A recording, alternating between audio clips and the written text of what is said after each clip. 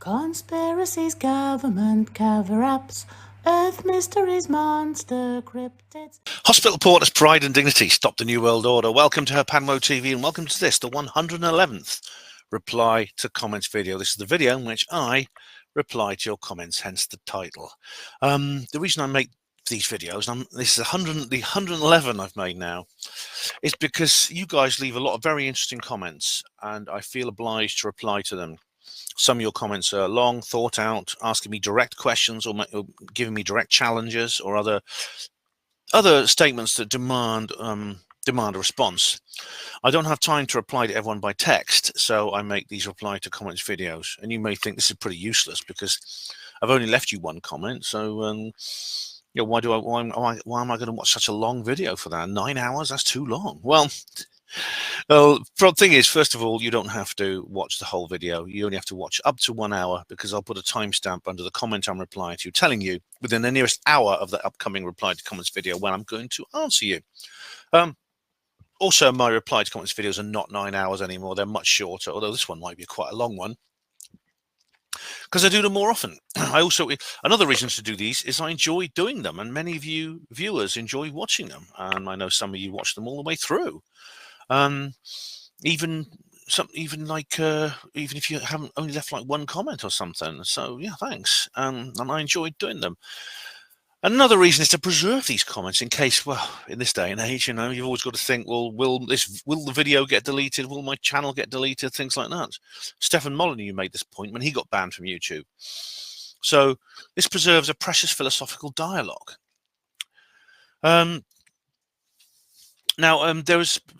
there is actually an option. I mean, it doesn't always work with every video. I'm not sure. I have activated it, but there's an option to show transcript as well. So if you do that, you get like a written form of everything I'm saying. And and then you can just even use the search function to find whatever you want me to talk about. So you can use this all you have to do is Control F, a keyword and the username or question, and then skip directly to the answer. That's what you do. So it's just pretty easy to do. Now, this video you're watching now is only one half or one part of this entire reply to comments project in terms of the 111th edition, because along with this particular version, which is the YouTube version, the YouTube comments reply, there will be an alt tech annex. Now, if you're watching this, you could be watching it anywhere, because this particular video you're watching now, I will upload to all my sites, YouTube and my 3 alt tech video sites. But the alt tech annex I will only upload to the alt tech sites, because it's on the alt tech you get all the spicy stuff basically that you can't put on YouTube these days. So that's how things all will work. All right. So another reason to find me on BitChute, Odyssey, and Rumble, and then you can like watch that as well. So let's get started already, because there's a lot to get through. It's less than a month since my last reply to comments video, but still, because I've had a lot of uploads and there's been a lot of interest in them, and also a certain individual has been going through a lot of my back catalogue too. This is going to be quite a long video, which is good. I'm not complaining there. It's all the better, more the better, really. Oxford Graffiti 12, Rhiannon Raven says, transgender TR3B.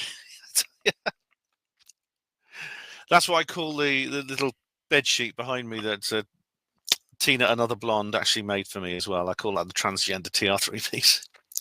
She says, I was born as a Vauxhall Nova, but since my second MOT, I started to identify as having anti-gravity propulsion and stealth capabilities far beyond my insurance group. Oh, right. Well, I hope they give you an extra no claims bonus for that, Rhiannon, definitely.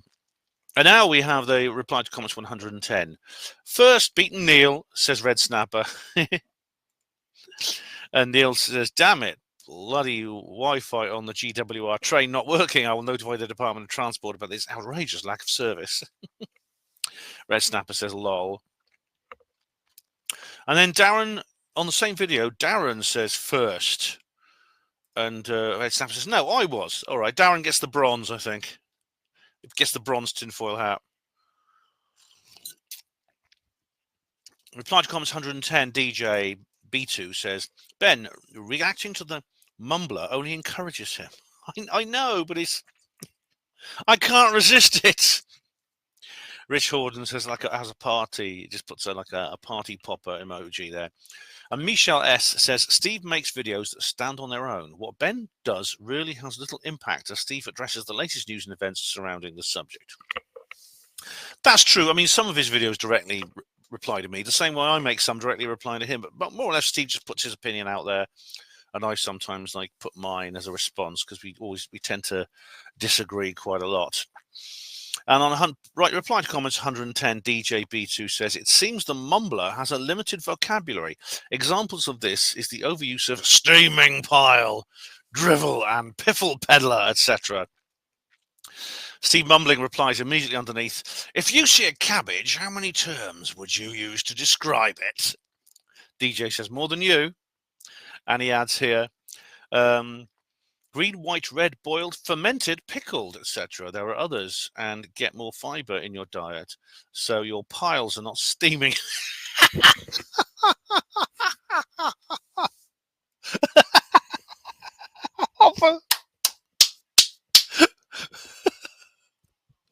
Oh, excellent banter, DJ. Excellent. My goodness, my sides.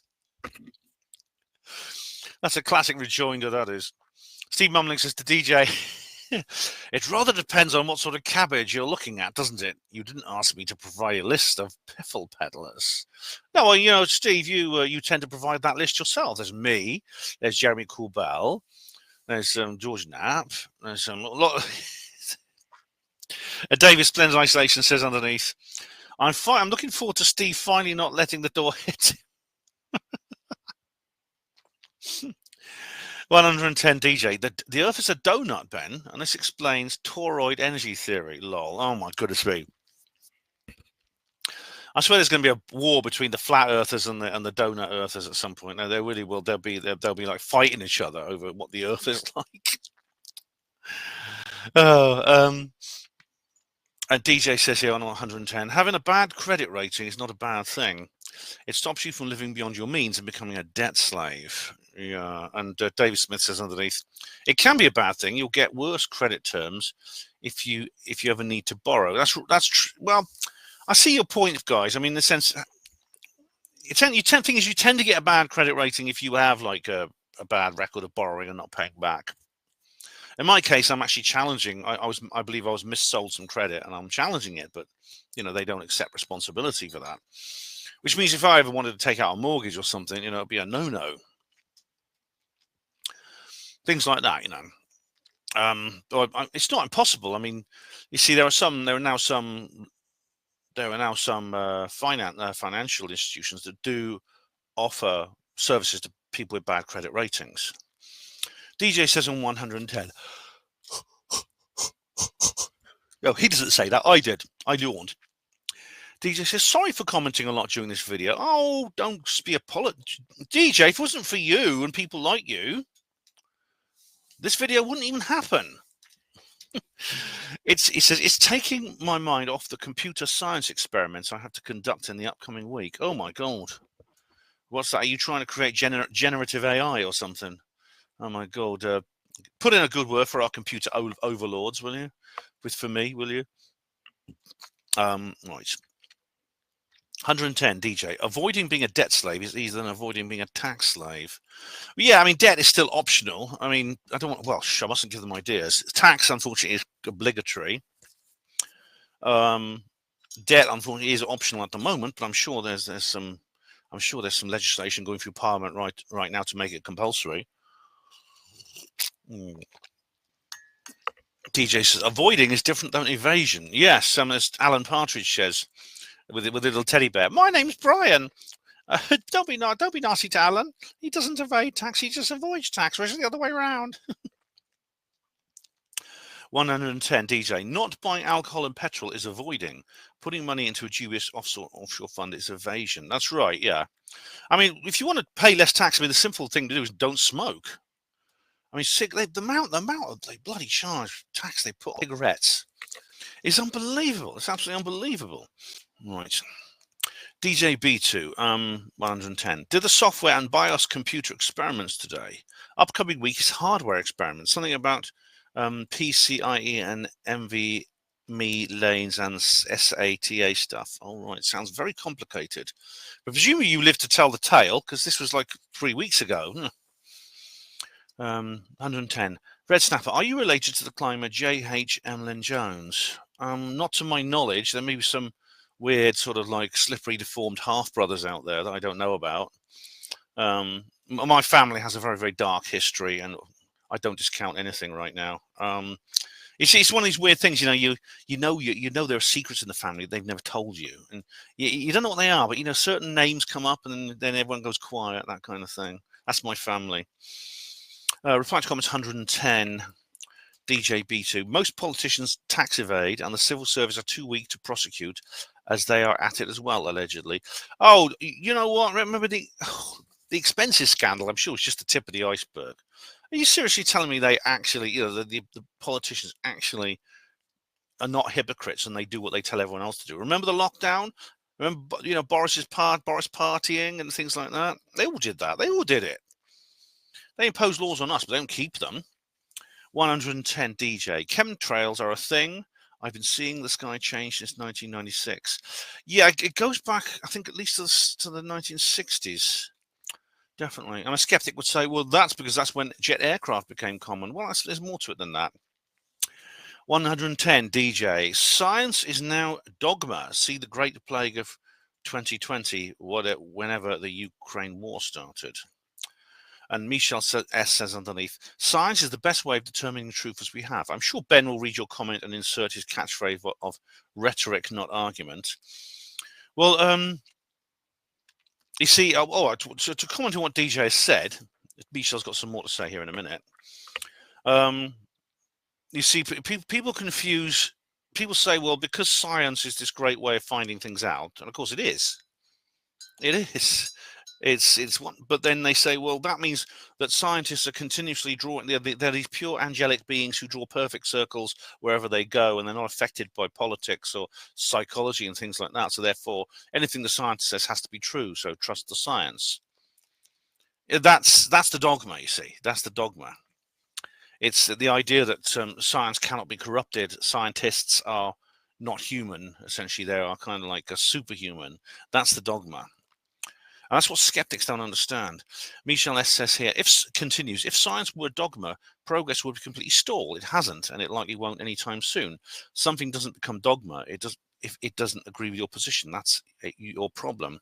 Try coming up with a falsifiable claim or good evidence. Okay, falsifiable claims or good evidence. Well, you see, I don't disagree with that. And indeed, Michel is simply saying here she's kind of confused. She's kind of maybe addressing the idea that science in its sort of Platonic ideal is a dogma, which of course it isn't. It isn't. And I've just made that point myself. I've just kind of like discerned between that and the reality in our world. In which case, then of course, then if that's what Michel means, then if she thinks the two are the same, then she's wrong. No rhetoric, no argument here, I don't think. DJ says on 110, Gary from the Nerdrotic switched on autopilot. Gary from Nerdrotic, is that like a YouTube channel or Twitter or something? Switched on autopilot on a Tesla Cybertruck. It nearly crashed, and the dude is wearing Coke bottle glasses, and it stopped the crash from turning off autopilot. Oh my God, what? Switched on autopilot, and it nearly crashed, and the dude was wearing Coke bottle glasses and stopped the crash from turning off autopilot. I don't quite understand all that, DJ, but I mean, I do know that these trucks have a limited ability to self-drive. Yeah. Oh, DJ says, yeah, Coke bottle glasses is really thick prescription eyeglasses. That's right, they're very thick lenses. Not these are like just normal. I don't know what the optician said they were, but you can often see, but you can see like things like reflected or warped, distorted through them. Yeah. DJ says on 110, auto driving cars are not viable at the moment. Well, they're not safe. There's several people have been killed in test drives, 110. My late dad's office was basically a skiff. Ooh, right. When he was in the military, as he held CTS NATO clearance. All right. Sorry you hear he's passed away, DJ. Explains the Russian particle beam weapon facility satellite photos on his office wall in the 80s. Even when he was somewhere else, his office was a skiff. If it was something classified, it can't. I mean, this Russian particle beam weapon. I remember I bring this up. I think it's in my Nottinghamshire Roswell video. I do bring this up, and I don't think it's classified. And indeed, he wouldn't be able to take it to his home, to his office, to his study in your home if it were classified. So his office at home, his study at home, wouldn't have been a skiff. DJ B2 110. He was off in an NHS hospital. Was he? Oh no. Not a happy bunny, says DJ. I'm sorry to hear. That is, well, obviously, like, as a former hospital porter, that's awful. I mean, I wouldn't be surprised if things like that go on there. I mean, the corruption's unbelievable in these places. I mean, the number of NPCs that sort of run the place is unbelievable. The mumbler is a normie. Well, he's not really a normie. He's more of a. You see, skeptics aren't really normies, because skeptics are like people. They're kind of like us, in a sense. They have an awareness of woo-woo things, but they just don't believe in them. DJ B2 110. Ben, if you stopped reacting to the mumbler, he might stop wanking into a sock when abusing you. Well, DJ, now, well, I think this answers the question that Steve actually put in his own video. Remote viewing. Steve, DJ B2's just remote viewed you because he's just spotted what you're up to, right? Yeah. Because Steve says he challenged somebody's video. If you think you can remote view, describe the interior of my home, describe how many cars I got, and things like that. Well, there you go. That's what happens. 110. Wait, this is not BitChute. DJ, yeah, honestly, I will not answer any comments that I don't think are suitable for BitChute. Yeah. DJ says it, and that is an ad hominem. Oh, it's just a joke, DJ. Don't worry about it. No offense, Ben, as it was not given. Sorry, you didn't offend anyone. It's all right. Sorry, practicing a new stand-up routine that will not be used. All right. Well, you can always sell a script to Terry Joyce. I'm sure she'll do it. No offense. That's all right. If I did the stand-up, it's a minimum of 30-odd months in jail. Yeah, they throw you into a cell next to, what's her name, Lucy Connolly. 110. Remember the word consent. It works with the police. If you have not done tort, do not have a case, say you do not consent. Yeah, the tort is a thinking. What does it mean? It's something that lawyer. It's legalese. What tort? I remember because someone shared a wrongful act or an infringement of the right other than contract leading to legal liability, and public nuisance is a crime as well as a tort. Yeah, just someone showed me a link. Someone showed me some documents once because they were being sued, and their lawyer had to say that this person committed a tort. 110. DJ says, or gentler, I'd rather you did not. They know they are taking the piss. All right. Well, I mean, if you remember when I was arrested back in, was it 2017? I had to remember all the stuff about, I had to remember all the things that Albert Burgess and other people told the anti-terrorists and all those. I had to just ransack my memory for how to behave when the police arrested me. DJ, when they say the welfare checks, etc., say no. Oh, I don't claim anything like that. I'm not currently entitled to any benefits. It saves taxpayers money. Well, I don't want to waste money that I have to pay, do I? DJ, getting focused on how, no justice, who? I don't know what that means. Oh, well, now we have on reply to comments 110. Proselytizing Orthodox Pentecostal trans rabbits, says here. Ben reminds me of a young Keanu Reeves. Yay, man. Hey, dude.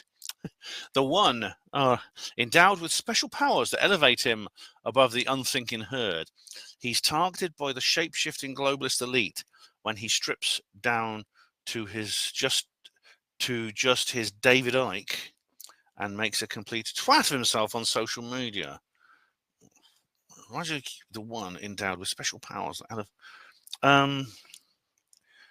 Well, funny enough, you know, I was targeted by the shape-shifting globalist elite years ago. That's why they sent Isabel Menzies Lythe into my life, to destroy me psychologically.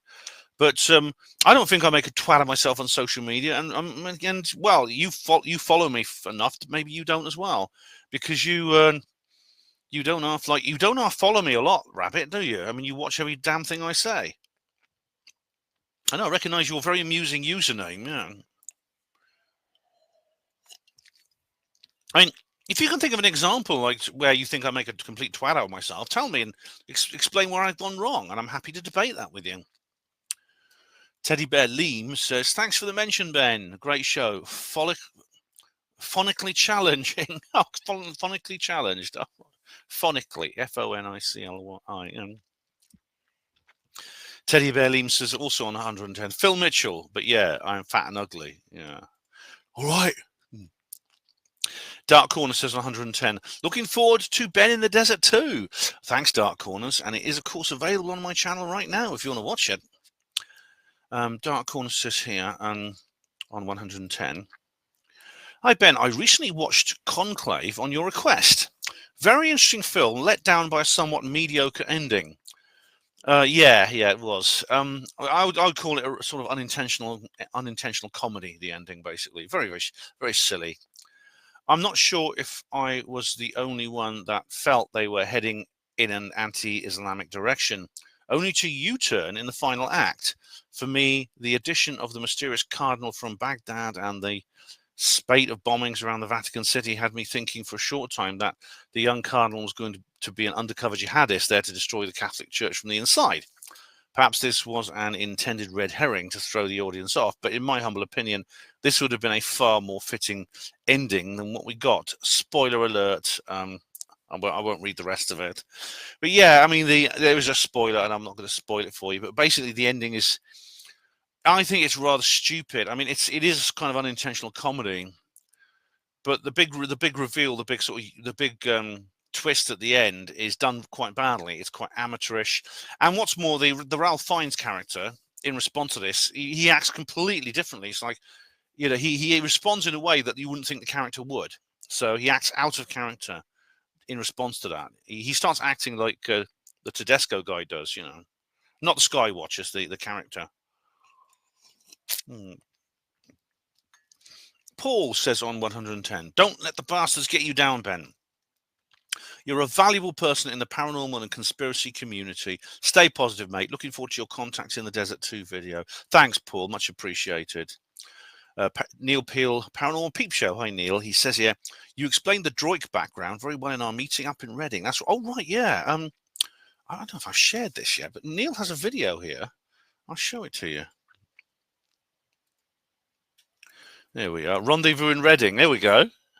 And not very well distributed, that Paul would maybe not come across before. There's me. Yeah, most people don't even see them. Here we go. So this is from Apollo 17, and I've seen this image before. It's mostly just audio, but yeah, that's it. If I haven't shared it, I will do so. It's quite funny. It's good to meet those guys, actually. Paul says on 110, thank you for your reply, Ben. Looking forward to your basis trip to Wiltshire.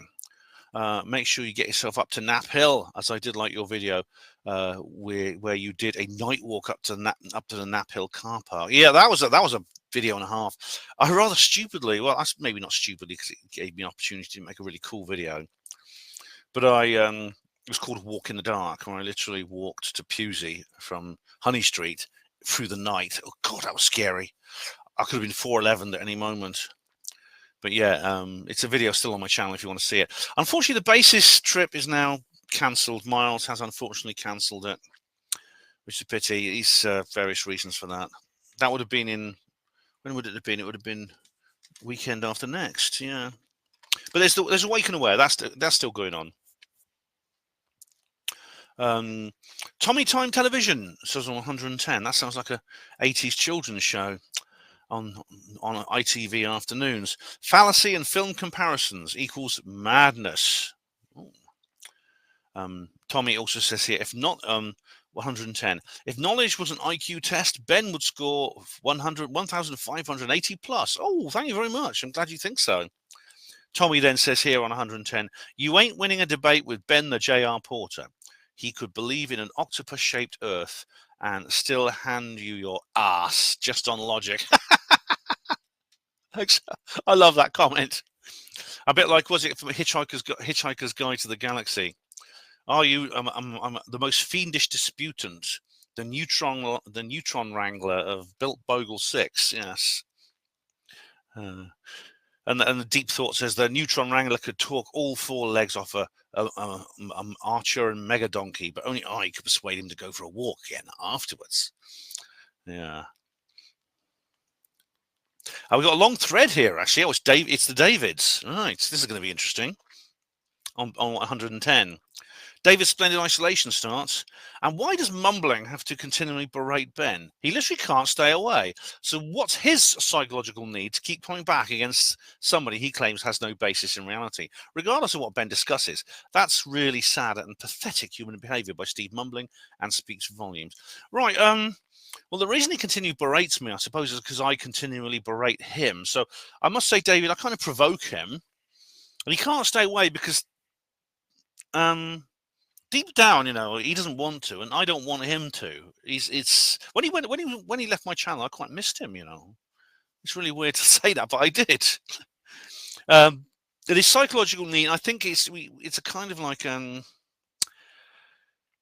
don't think it's sad and pathetic. I think it's just we found some kind of détente or some kind of symbiosis in our disagreement. It's like when I was at school, there was this kid called Niall. He actually went and worked his name's Niall Gardner. He sometimes appears on TV actually because he was in Margaret Thatcher's staff. And you still see him on TV. I actually reached out to him on LinkedIn, but he never got back to me. I said, Niall, I went to school with you, mate. He looked at me. He probably looked at me and thought, loony. But he was back when we were at school. He was like the leader of the schools. He was the sort of the head of the school's Young Conservative Club. In fact, he was the school's Young Conservative Club. No one else ever joined. But his best mate was this guy called Jonathan, who was a member of the Workers' Socialist League, a kind of hardline Marxist group. And they were inseparable, you know, despite their being on the opposite sides of the political spectrum. It's unbelievable. It's sort of like their disagreement had become a kind of like something that bonded them. They bonded over their disagreement. It's weird. And some people just love debates. You know, it's Christopher Hitchens used to be like this. He used to make all his best friends were like people who he could have endless arguments with. David Smith says here in reply, it was Ben that went over to Steve's channel and made some comments and then a 2-hour reply to Steve, which Steve then replied with a 15-minute video. It's Ben who can't accept people like Steve putting up content, calling out the BS in the paranormal world. Ben knows he won't get a large skeptic channel to reply, so he goes to Steve, which is fine in my opinion. All right. Well, you're right about the first bit, David. I did go over there and kind of like I did sort of initiate this debate with Steve. Then I replied with a video. I didn't watch all of it, and Steve's angry with me for that, so I'll probably have to watch the rest of it. But you say I can't accept people Steve putting up content calling out BS in the paranormal world.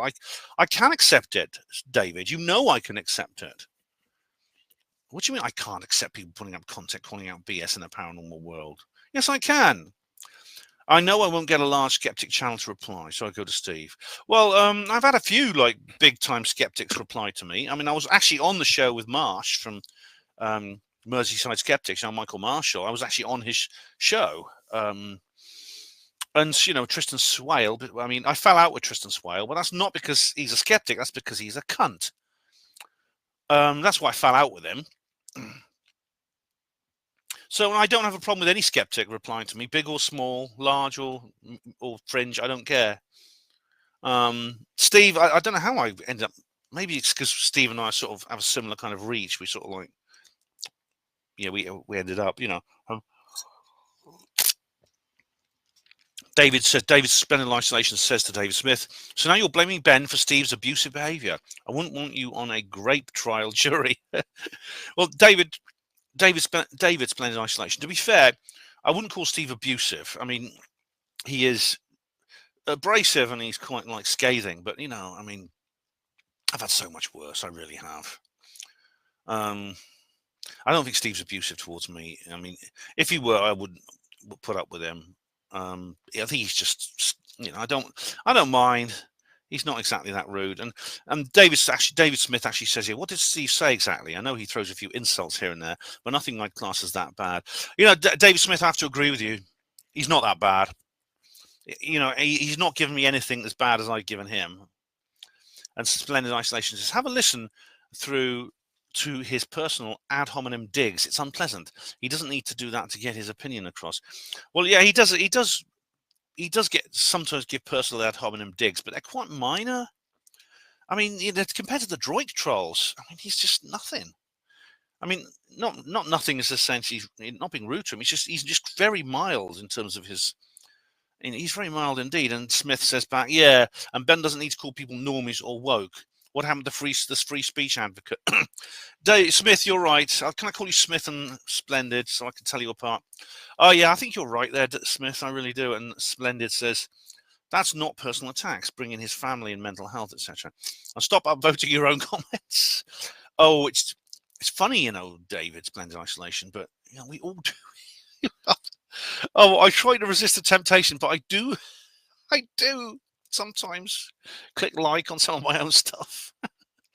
Well, you know, when he did bring my family and mental health in, he said that my mother was a psychologist and she said I was crazy. Well, I sort of did. I had to go at him back because I mean that's pretty rude, but I did sort of strike back at him. But I explained my mother was never a clinical psychologist. She had a degree in psychology and she was a relationship counselor, which is something very different. And Smith says here, not voting my own comments up. Couldn't care less how many votes I get. What did Steve say exactly? Timestamp or something for me? I've heard Steve quite rightly say words like delusional. It's entirely accurate in my opinion. Where did Steve bring his family into it? He said at one point my mother said I was crazy. The thing is, that's not really an insult because my mother, it's not like my mother was the most admirable woman in the world. Far from it. And within the last 10 years of her life, we had virtually no relationship. She'd kind of driven me away. So, I mean, I don't get upset when people attack my mother, really, because I feel no affection for her. She felt no affection for me. Splendid Isolation says, I thought you'd listen to his rant. Go through it if you're interested and stop upvoting your own comments. David says, YouTube is censoring my comments. Right, David, yeah, I'm glad you realise it's YouTube and not me. Steve Mumbling would blame me. I've actually literally before I started filming this video, I put some comments on Steve Mumbling's channel that have just vanished. Now, I can't see them, but it was in reply to Jim Skin Pivot, and apparently he can. Oh, I've got more here. Smith says, stop putting your tongue up Ben's mud box. David, stop that, all right? Stop putting yours up Steve's, says David. Smith says, I don't have to. Whenever I ask for evidence, all I get from you is stop voting up your own comments, just another baseless claim based on your own conjecture. Splendid says, you know what you're doing. We both know sunshine. Smith says, whatever you say, moonbeam. Smith, whatever you say, sun, says David Splendid Isolation. Oh, marvellous banter. I'm bereft of ribs. 110. Ah, Steve Mumbling. Speak of the convenient. The movie Arrival was ludicrous. No alien species would approach another alien species without being able to communicate their intentions with them. It would be far too dangerous. Your comment is yet another example of your lack of critical thinking ability. To be honest, your sincere belief that the Queen of England was a shape-shifting lizard from outer space in itself tells us you're not worth listening to. Well, two things. First of all, Steve, I never ever said that the Queen of England was a shape-shifting lizard from outer space, all right? That's really a slur against my sanity. I would say something so ridiculous. We all know she's from the fifth dimension. And you say I'm not worth listening to, but you do, and you can't stop. Now, the film Arrival was not ludicrous. I consider it probably the best alien invasion movie ever made. Now, you may think that no species would approach another without being able to communicate their intentions. Well, you'll find that people do. This has happened many, many times. In fact, we do it all the time with, we humans do it all the time with our pets, with animals. you know, even if you are driving along the road and a cow walks in front of you, you will sometimes like gesture at the cow or say something to try and persuade it to get out of the way, and the cow will often look at you confused and think, well, you know, what's he on about? Things like that. There are many other examples. Indeed, this is a species on our own planet, so it's a fellow Earthling. But even between humans, I mean, there's been many occasions throughout history, especially in the great age of exploration, when, you know, people would meet from very, very different cultures, and there would be a long period of interaction, which they would simply have to learn how to communicate. They'd learn a few basic words of each other's languages, things like that. And even then, there'd be some awful misunderstandings, especially when there was like very, very different level. There were huge differences in race, culture, technology. Sometimes when there's large racial differences, the people would wonder why. They'd say, well, they wouldn't even recognize you as a fellow human. For example, my brother, actually, when he lived in Australia, someone at the university where he was working actually had been on explorations in New Guinea, to Papua New Guinea, which is very, very, there's large areas that, you know, have very little or no contact with the outside world. And he went off the beaten track for a couple of days, just walking through footpaths, and came across a community. There was just walking him with his language interpreter. And they met people who, one of the first questions they asked was, why have you painted yourself white? And they literally had to explain to these people that this is their natural skin color. And there's been many other examples of where, you know, it's really, really difficult. And these are a fellow species. Now, an extraterrestrial would be even more difficult. That's why the arrival was actually really, really clever. So it's perfectly feasible what we're talking about there. Now, 110, Steve mumbling. And as usual, you don't show me making the point, don't I? When I said your ET hobby is your life, you went into a monologue about what you do for a living, etc. You didn't show me saying it's all you have, so you would fight that corner tooth and nail, because you have to. That was the whole point of the statement, and you deliberately left it out. Just like you left out the BLC one not coming from Proxima B, because the math says it's impossible. Part of my comment you read out. You really are a waste of time. Well, Steve, look, if I miss anything you say, do bear in mind, right? I'm going through sometimes hundreds of comments. If I miss one, just remind me, okay? I'm not deliberately leaving anything out. In the same way, I'm not deliberately deleting any of your comments. Just remind me, and I'll come back to it. And so I said it is. Well, I've never denied that this is kind of all I really do. So yeah. 110. You seem incapable of reading my comments, says Steve. Doing the Steve mumbling voice. Excuse me, a bit of throat. I never said it. You said Trump would disclose within 60 days of inauguration. Your mate batshit said that. Shut up. Don't insult Steve. All right. So if I made a mistake, just correct me. All right. Get it? Batshit says Trump would disclose within 60 days of inauguration. All right. And I said, of course, that didn't happen because there's nothing to disclose. FFS, get it now? All right, Steve, duly noted. All you have to do is correct me, all right? I'm not perfect. Steve says here on 110, you keep saying there's overwhelming evidence to support your ridiculous claims, but you never provide any. Science fiction stories aren't evidence. Please provide a link to what you consider your best tangible evidence for ETs coming here.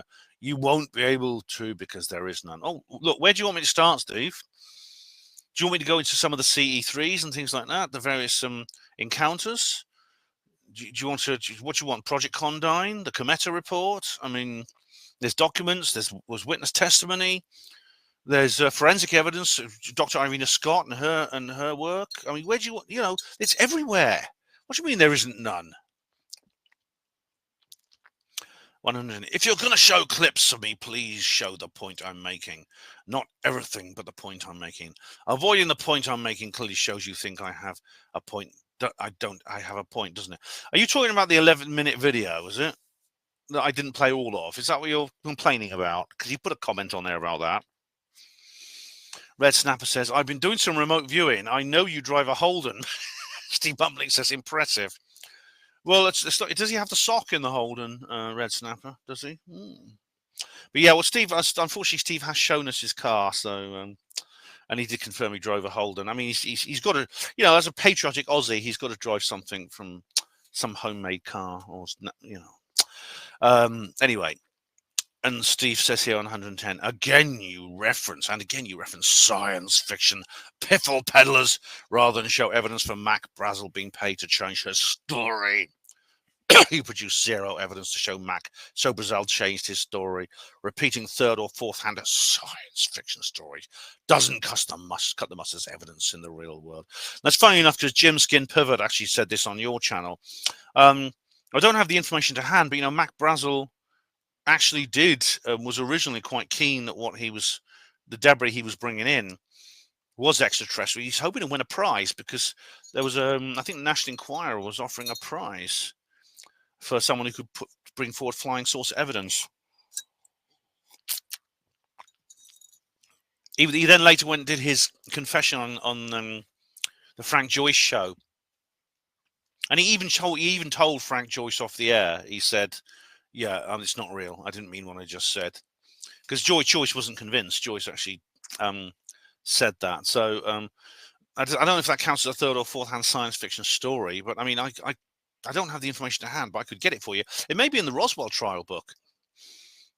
Steve Mumling says here on 110, and again, when you read the comment and played the Mozart clip, you left out the final part of the comment, which proves the point. FFS. What Mozart clip? Oh, God. I've forgotten now. You just jumped right over it to another comment. I stated that Nimitz started... Oh, I see what you mean. Yeah, the guy who's playing music through a wall. Yeah, I know, yeah. I stated that Nimitz started with a frequency-modulated microwave signal. Right. Microwave signals, like every other radio signal, travel at the speed of light through free space and slower than the speed of light through anything else. Well, but correct me if I'm wrong, but Gunter Nimitz actually did manage to use quantum tunneling to transmit this signal, didn't he? Whether it's FM or AM or anything else, he managed to use it to transmit it through quantum tunneling. Isn't that right?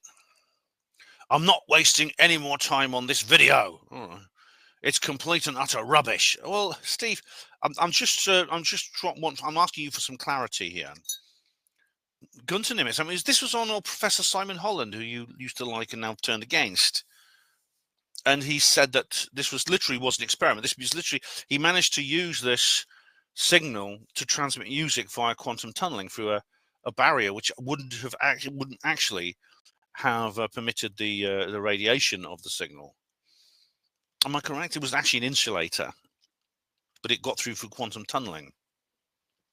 Anyway, he says 25 minutes in, and it's a complete waste of time, like the rest of your output, which I gave up on ages ago.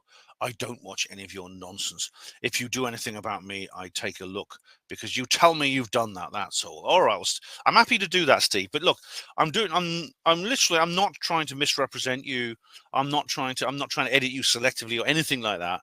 I'm trying my best to understand the points you're making. So if I get something wrong, please, you can correct me. David Smith says, stop voting your own comments up. David, splendid isolation. 110 English TK, overwhelming evidence there is a non-human intelligence engaging the human race. So that statement includes dogs, dolphins, chickens, and other animals. Well, all right, English, if you want to be specific, then yes. And he says underneath, I hope you mean things other than the things on this planet. Yeah, well, if you're going to be literalist about it, and yeah, if you want to be exactly, if you're going to be literal about it, then yes. When I say non-human, I mean non-human from a being that doesn't originate from planet Earth. So it doesn't include non-human animals. Yeah. Hope that clarifies the matter. Right. Oh, there's a timestamp from Red Snapper here on 110. Can't understand it, because Steve, you can't understand it. Life. Yeah, this is his whole life. You know, this hobby of his, this ET's coming here and crashing here and visiting here, is his whole life. You know, he sits in his basement bedsit, filling his head with all this bloody rubbish off the internet all day and every day when he's not out walking a dog or getting groceries for an OEP. That's Jonesy's life. Yeah, all right. I get it. Yeah, and Red Snapper says here, what's wrong with dog walking or getting shopping for an OAP? A valuable service, just an ad hominem attack by Steve. Thank you very much, Red Snapper. Yes, I'm proud of myself and what I do. Yeah, it's not hospital portering. It's not like it's not something I feel the same way about as hospital portering. But it's still it's an honourable profession. It's an honest living that I'm working. I'm self-employed, which means as long as I do a good enough job, people will just be happy about it. Of course, in the NHS, that's not enough, is it? So, yes, it is a valuable service. And a lot of people actually tell me that I'm valuable to them. So, yes, an ad hominem attack by Steve. But what he says is this is your whole life. Well, I've never pretended otherwise, that I am some kind of obsessive, and I am. I don't go to football matches. I don't go to the pub very often with people. I don't have a circle of friends in my immediate vicinity. So I'm the first to admit that is my life, yes. So, but that's a rather, I don't know if that's a criticism that's worth making when I completely admit it. But I mean, does that mean I'm wrong about various things? And Steve says here in reply to Red Snapper, well, thanks for sticking up for me, Red. Steve says it requires zero critical thinking ability, zero problem-solving skills, zero thinking. No, it doesn't. And you say it's unskilled work that anyone can do. All right, it doesn't. It actually does require problem-solving skills. Some of the work I do presents challenges. For example, some of the gardening work I do involves difficulties. All right, it's not the same as hospital portering. I admit that. It's not as involved, but it does require a certain level of expertise, and it does involve thinking. I have to concentrate on what I'm doing. Some of the dogs are difficult. The dogs come across difficult issues. I had one run off the other day. I had to go run after it, escape from the lead, things like that. And he says it's unskilled work that anyone can do. Well, you'd be surprised how many people can't cope with this, or at least do it to the extent that I do. All right, it's not that. There are people who can't cope with it simply because they don't think it makes them important enough. And I know people who can't cope with some of when they sometimes if something goes wrong, like the dog escaping from a lead, they just panic and they run around screaming. Well, I didn't. I kept calm. I walked after. I didn't shout at the dog. I just walked after. I ran slowly after him, and eventually I caught up with him. He says it's the sort of work someone that failed everything at school does. Well, maybe it doesn't require. If you mean it doesn't require qualifications, you're right. It doesn't require any academic qualifications. I've never done a job that requires academic qualifications because I do have only one qualifications, which is GCSE English. I passed that. I got a C grade in GCSE English. Okay, that's my only academic qualification. But then that doesn't mean I'm no good. Doesn't mean I'm stupid. I don't think I am. I hated school. I couldn't cope with it. But Steve says he's not smart enough to be able to tell it's all science fiction rubbish. All right, well, that is a silly ad hominem attack. Just tell me if you think I'm wrong. Just explain why you think I'm wrong, then. And I'll if I'm wrong, I'll change my mind. In fact, I might have to change my mind soon. Just to give you a clue in advance, you may notice that the Trump hat I've got behind me, that might have to go soon because of things that are going on in the world. And it's not going to be easy for me to do. It's not going to be easy for me to do that. But I mean, well, I'll probably do a live stream or something about it. But things are happening in the world that make me question whether I've made a big mistake about Donald Trump. He seriously believes the Queen of England was a shape-shifting lizard from outer space, and you think he's worth listening to. Look, if you're talking about the reptilian theory, okay, I think we discussed this before. Why is the reptilian theory?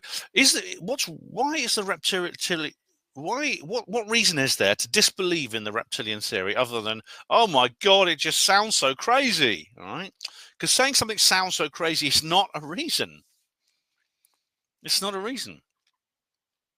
All right, now we have another thread here. Jimskin pivot. Oh my God. Oh, right, here we go. There's a lot here. Right. There's a timestamp. Free energy. Right. It's actually Having said free energy flouts the laws of thermodynamics, you respond, well, it doesn't actually. Look at the Casimir force or look at 0-point energy. I think it may be you who needs to look, Ben.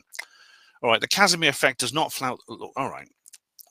The Casimir effect does not flout the law of thermodynamics nor the laws of energy conservation. It's a barely measurable effect of electromagnetic fields between plates in close proximity in vacuum involving fluctuations in an existing energy field, which are in fact minor redistributions of the whole and not the whole plus new energy. 0-point energy and dark energy are directly related, measurable deviations being extremely weak but conforming with Einstein's position that the discernible energy of space is not an absolute value, but regions of fluctuation with and totaling the whole. Again, this does not flout physics, and because it is a quantum level property of the space vacuum, the vagaries of harnessing such an energy would be impractical, prohibitively expensive, and employing an effort which far outweighs the return. This again is because it comes from a system in virtual equilibrium. Such energy is not new or surplus, and it is free in the same sense that rocks in Saturn's rings are. Right, toppling spacecraft. Right, well, to answer that, yeah, fair enough. Okay, I stand corrected, like the man in the orthopedic shoes. But so, all right. So I needed another answer when you said free energy. All right. I needed another answer which I didn't have to hand. All right. So yes, I'll look. Okay. Toppling spacecraft. Are you saying that NASA and all these other space agencies are using the same? This is a quote. AI navigation and piloting systems as some cheap hatchback from your local showroom. Can't they do something better after all this time? Unquote. Did I say that? What an astounding comparison. Masquerading as a straw man. You made that equivalence comparison. I don't. Toppling spacecraft aren't any more remarkable after all this time than falling or exploding rocket engines, fatal accidents in automated flight systems, hacked banking systems, or disappearing comments in passing software on decades-old video and commenting sites. Yeah. Well, Jin, we just had that again, haven't we, on Steve's channel? Experience in technology doesn't equate to consistent perfection. Athena is judged to have come down hard on a faulty laser altimeter and broken a leg. Apollo LEMs never toppled because men were in control and could see. Oh, right, I remember now. Yeah, could see where they were setting down. Machines only react to data. They don't instinctively act spontaneously to avoid danger or death. All right, then. Okay. So basically, what you're saying is that they don't actually have this ability. So with the spacecraft like Bereshit and that one Chandrayaan and things like that, when they fall over, it's because they don't have a human pilot to land on the moon. Well, well, I'm not sure how to answer that. Yeah, I'm not sure how to. But you're saying that if only they'd had a pilot like the LEMs, that wouldn't have happened. Is there really no automated system that can manage that after all these years? Really, I don't have all the information to respond to you, but I'll have to look into that. But Steve says you're wasting your time. He's completely clueless. Jin says to Steve, "Hi, Steve. I don't mind anyone holding an opinion, but favouring supposition and a position on Apollo which denies proof, ignores facts, and bolsters those with little more than a theory based on the looks like is an untenable double standard. It also excludes all the elements of the scientific method. A small gang gathering a while back had Neil Peel speaking of rocks that look like mice and a footprint that looked like a tennis shoe. Henderson claims Surveyor 3's antenna was a sheet of wood, and Walsh still whitters on about damningly suspicious records of the F1 engine, which had a 100% success flight record. I mean, FFS. They sit there like nodding dogs and just agree with each other. They claim they're all critical thinkers. More tea, Mr. Hatter. Well, how come? Well, Jen, we still had Blue Earth thing, didn't we? We even had Steve mumbling on the show. And David Smith says, it's a common mindset, unfortunately. They're not looking for truth. They're looking for anything to support their preconceived beliefs. Well, why did we have Steve? David, why did we have Steve on the show? Why did we have Blue Earth thing? I mean, Neil and Scott Henderson and Randy Walsh, they'll have to speak for themselves. I can't answer for them. but we're not nodding dogs, just agreeing with each other. I mean, we don't all even agree with everyone. I mean, there's even been like fallouts among the people, or among the community, among our panel, because of different differences of opinion. And David says, this is why the Orange Menace was so successful. It's why reform gets support. Well, I'm starting. Well, reform is a waste of time. They're useless. And the Orange Menace might actually turn out to be a menace after all. We're going to know in the next couple of weeks, because, well, I've done an. By the way, if anyone wants to know what I think about the Israel-Iran thing, I've done an article. Let me just show it to you. Here you go. Because a lot of you are going to ask me about this. There we are. What will Trump do? I wrote it yesterday, and it's all on there. And there's also this radio show. I covered it on Third Rail Radio as well. So check those out. But I will come back to it on HPANWO TV. It all depends on what happens in the next 2 weeks. I think it is 2 weeks. Trump has specifically said 2 weeks. Mass appeals to ignorance. If the populace is misinformed, don't try to inform them. They just pander to their beliefs. Such mindsets stifle progress. They might believe they are critical thinkers. But what am I doing for time? Or nearly the end of an hour.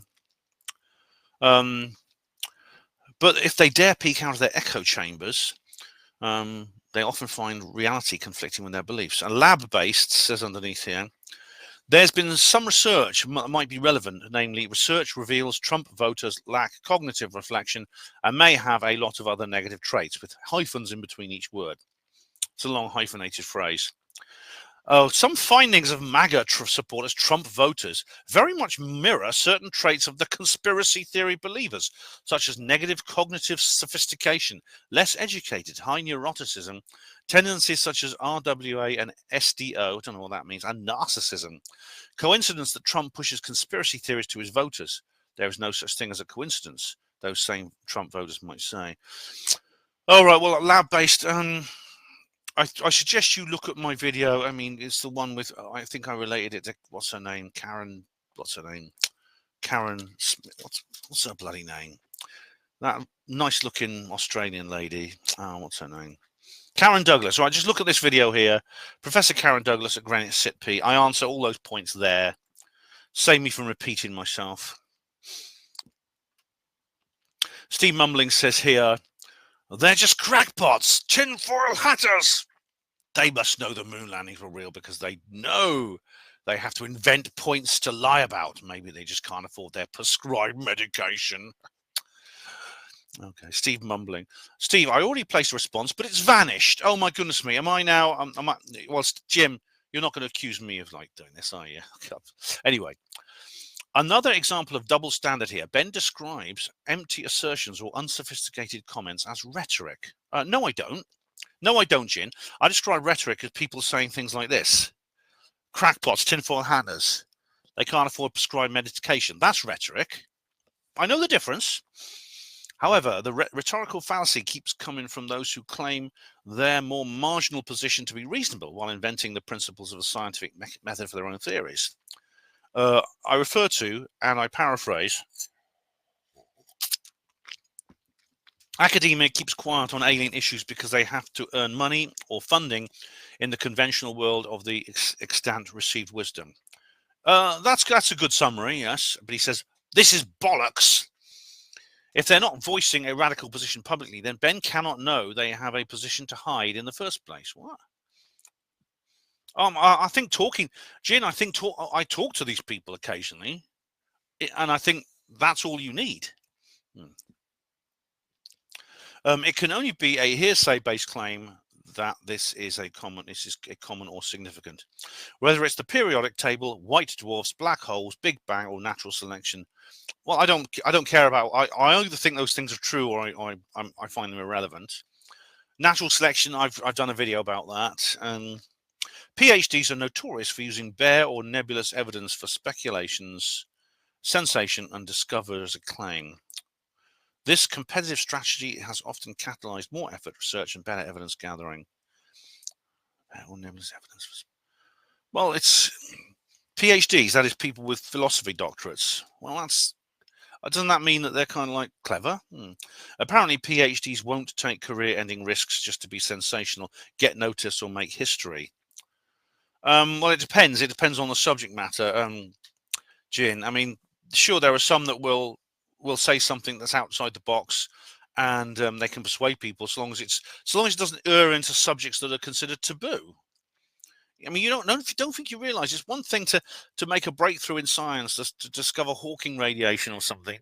There's Stephen Hawking is a good example of a scientist who did think outside the box and broke out of the box, but there were no implications with what he said that threatened the entire worldview of his other scientists. Yeah, but thousands of them are quite happy to be part of multiple Apollo hoaxes. Well, Jin, you don't need thousands. You just need a few. I mean, one of the things Marcus Allen talks about, it's this compartmentalization. Then again, it could just be that they tend not to waste their time on piffle. There's no evidence for. Well, I'm sure that's what they say. Either way, Ben's double standard is now beyond doubt. All right. Well, we have discussed the double. I've answered your points here, Jin. I've answered your points. Anyway, that's the end of an hour, guys. Back for hour number 2 shortly. Well, welcome to part 2, ladies and gents. I'm back again. And let's continue. We have here on reply to comments 110, John Smith. As the late Prime Minister used to be called. Let's have a look here. There we go. Or the late leader of the opposition. No shame in being in a bed set. Thank you very much, John. Not having much other than a passion and 1 or 2 people you hold dear. I'm in a similar position, but I'm proud of my life. And that decency is more important than anything. Life can turn for better or worse for any of us at any time, but at least you rightly have no shame in being happy with modest means like myself. May not always agree with you on some points of view, but I recognise a half-decent bloke, Ben. Glad you have a bit of work. Enjoyed your reply videos. Thanks very much, John. That's much appreciated. Thank you very much. And then Lab Base says underneath, happy with modest means, quote unquote, certainly applies to many these days with the cost of living. Ben either saves well or might be the best paid dog walker in the land, as I certainly flinch looking at the prices to attend Contact in the Desert. Tickets $500 basic, hotels $80 to $100 a night, flights return UK $1,200 to $1,500 economy class, then add meals, taxis and other activities including any workshops, etc. that are all extra at the conference. That's an expensive trip. I certainly wouldn't consider it annually unless I was making some mint on the roulette wheels or blackjack while I was there, or being paid to attend. I see. Are you now implying, I mean, this is not really original. Are you implying that somehow that I am I'm being funded by outside sources? Right.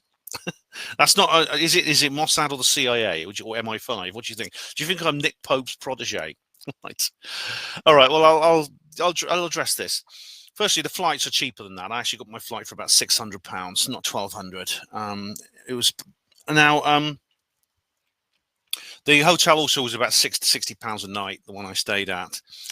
The reason I did have a bit of extra income, partly from my books, but also that I also have a certain amount of savings. I have a few £1,000s in savings, which I gained simply from working through the lockdown. When the lockdown happened, those 2 years of awfulness we went through, it didn't affect me professionally. I wasn't actually furloughed. I was actually, as a self-employed person, I didn't suffer like many other self-employed people during that period because I could continue my normal duties. And as a result, there was almost nothing to spend my disposable income on. In other words, all the other conferences during that period were shut down. I simply saved it. I simply saved that money, and that's how I managed. That's how I managed to raise the money to do these trips. Now, of course, that's not going to last forever. I won't tell you how much of that is left right now, but at some point, of course, I can't afford to do this all the time. There's other conferences coming up in the US. For example, the one that Miles is attending in Florida. There's the MUFON symposium. I won't be able to go to those. I won't be able to go back basically until I can save that money. Now, how long it will take me to save that money will depend on how much work I get. And by work, I include book sales in that, which is why I said to Terry Joyce when I was interviewing her, if you promote my book, you can fund more trips like this. But I assure you, if you're implying that somehow I'm in the pay of some evil kind of super governmental entity to spread disinformation in the conspiracy sphere, I wouldn't be the first truther to be accused of that. I can assure you that's not the case. I wouldn't be living in this hovel with these two Sudanese guys otherwise, would I? No offense to Ahmed and Hossan, but you know, they're nice chaps. But you know, and this place is okay, but it's not luxury. You see, I wouldn't. I would prioritize something else to. What's this? Read. There we go. Anyway, that answers the question. I think lab based. Okay, so is everything going all right on there? Yes, it is. Okay, so Tor Engen, hello Tor. This is on a streetcar named Stargate. Oh, I love this video. I do. It was and I love the conference. It was a brilliant, really good conference. Part 1 of 2. This is the first part. This is 2-part. It was the Awakening Conference Blackpool. Tor Engen says, in old times, the brewery had an automatic driver. It was a horse. The delivery to different pubs was a specific route, so the horse did know the route well. The driver did not need to be sober. Well, they were always drunk, but that didn't matter. The horse solved it. The problem occurs when the delivery is made by lorry. That's what's 1. And then 2, use the method of skeptics to prove it's fake. Skeptics say that if you can make it like the one you want to debunk, then it's fake. If you can make it like the one you want to debunk, then it is fake. Then we can prove that Apollo is fake just by showing fiction films about its moon travel. They show the same thing as NASA show, therefore it's fake. Right. I don't understand the second part of that at all. I'm sorry, I don't understand that. The first part, I didn't know that, but I mean, so they didn't. The horses just used to do the rounds on their own without a driver, but they knew it so well they just used to go along and they used to stop, and the pubs used to take the barrels off and the horse used to walk on and things like that. Yeah, horses can do that quite easily. Yeah, they're not stupid. All right, but I can't. I'm sorry, I don't understand the second bit. It sounds like you're making some important point, but I don't understand it. Reply to comments 110 3810. Here we go. Right. Oh, this is. I know what this is about. Yeah. 109. Could you? This is Red Snapper again. He's Red Snapper's list. He's done so many of them. Oh right, yeah. Red Snapper. I was questioning of Red Snapper's gender. He says, yes, I am a he, heterosexual cisgender. Evil fascist. Don't tell me you're white as well, are you scum? All right, well, I did get a feeling about you, Red. I didn't think you were female or anything else, so yeah. So you're a he. Okay, so thank you. I'll be careful not to misgender you at any point. 110 Red Snapper. Did you see the Daily Mail article of a menu from a 1790s Chinese in Oxford? Brilliant 5-pence soups, an old-fashioned menu choice like lobster, chow mein, which I had never heard of. No, I didn't. I didn't know there was a Chinese restaurant in Oxford as long ago as that. Oh, sorry, 1970s. I thought it was 1790s. All right. Oh, of course, there were lots of Chinese restaurants by the 1970s, yeah. I don't know. I mean, I moved to Oxford in right at the end of the 70s. I moved to Oxford. Okay, 110, Red Snapper. Marmite. Have you ever cooked the pasta dish? Delicious. What, Marmite in pasta? Never tried that, mate. Never tried that. Timestamp here on 110. Red Snapper's put loads of comments on, by the way. Loads and loads. Well, I do believe so, yes. I mean, for example, what happened to me at the hospital was a form of targeting, yes. Right, yeah. And he says here, do you identify as a targeted survivor? I suppose in a way, yeah. I mean, when you consider the certain things in my life that I've talked about, yeah. And weird things that have happened, like to give me a hard time. I mean, things that don't make any sense, things that my family still won't talk about, specifically to do with Isabel Menzies Lythe and her involvement in my family. To this day, my dad just like, he just the shutters come down the moment I try to bring this up. I've given up trying to talk to him about it. And here's another timestamp from Red Snapper here. Red Snapper's put loads of comments on it. Red Snapper's going through my back catalogue. Channel says, when are they going to paint that Ben Emlyn-Jones mural? Oh, right, yeah. One day you will be immortalized in non-conformist art, Ben. Thanks, Red. Thank you very much. 110. Good reply to comments, says Red Snapper. Thank you very much. Glad you enjoyed it, Red. Right, reply to comments 5. Oh, my God. Reply to comments 5. nice beard, man. Oh, right. Oh, this is. Porter's pride and Oh, right. Yeah, here we go. Here we go. This is fun. This is. Look. This. I grew this beard. Oh, my God. I look like one of those weird kind of like fishermen, don't I? Stop the New World Order. Welcome to her Why panel. did I think I grew. I think it was a bet. Someone bet me, or I did it for a challenge or something. But I did grow a beard for a while. Oh, and I grew a beard. I think this might have been, when is this? 2016. This might have been when Gillette put out that horrible sexist advert where you know, about the white men being evil and stuff like that. And I grew a Gillette protest beard. So I grew a beard just to as an act of rebellion against Gillette. You know. Yeah. Reply to comments 5. Cheers and Merry Christmas, says Red Snapper. Oh, right, that was Christmas time, yeah, wasn't it? Noisy 648, noisy toilet. Oh, right, he's going through all my old videos. Instructions in these notices, actually. The full notice reads, thank you for your comment. It'll be on a bloody toilet. That's upstairs toilets. Oh, right, yeah, that was a toilet in the flat above me. Yeah, which in that old room, it was right above me, and their upstairs bathroom was still there. Another reply to comments 5 here, Red Snapper. Still waiting, unfortunately. What's this? This is on reply to comments 5. Let's have a look. So I think disclosure, if it's going to happen, may be caused by that. And I hope it happens before 2020. I don't have to wait another bloody 3 years. Oh, I know. And 5 years after that, we're still waiting. I'll tell you what, it's got to happen before the end of the year because my bet, I'll win £5,000 if it happens before the end of the year. Because I put a bet. It was actually about 2020. I put this bet on. I think William Hill were offering like 501. I put a tenner. Yay! I'll win £5,000 if it happens before the end of December. Hey, I'll be able to go. I'll be in Terry Joyce can do like tours of the Midwest and Roswell and things like that. Hey, if I win that, I'll tell you. Yeah. Reply to comments 5. This is 5310.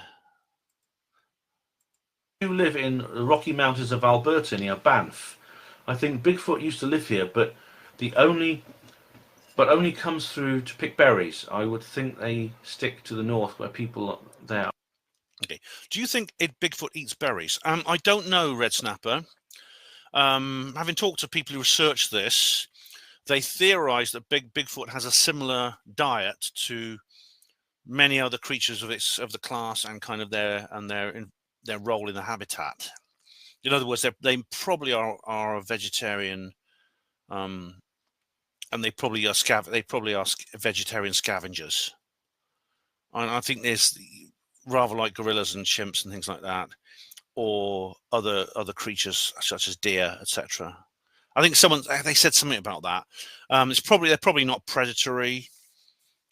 Yeah, but we don't know for certain. We won't know until more information comes to light. Reply to comments 5, Red Snapper. You talk a lot about the Italian cuisine round dish and the tech entrepreneur's surname in this reply to comments. Oh, right.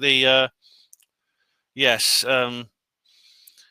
That's right. Oh, I see what you mean. Yeah, I get it. Yeah, I do. And I mean, I didn't want to go too much to town on that because, of course, I don't automatically assume these things are true. And indeed, considering there was an incident where a man actually fired a gun into a establishment, it could have killed somebody. You got to be careful about what you say, because you don't know who's listening, what they're going to hear. I always add disclaimers like, please do not do anything illegal, please do not do anything violent, things like that, if I ever say something like this. Red Snapper says on 5, this post is 2016, and I remember thinking how awful the world was back then. Now I feel nostalgic for 2016. The world is getting darker. Oh, God, yeah, I've been in a very nostalgic mood this last few weeks. I'll tell you, Red Snapper, I really have. Oh, blimey. Yeah.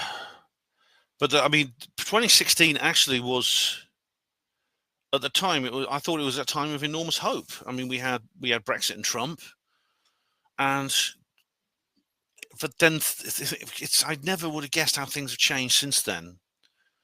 But it just goes to show how unpredictable the world is. Reply to comments 5. Ian Bennett, I've not heard from him for ages. Is he still about? Yes, he is. In fact, every so often he pops up on YouTube. Believe it or not.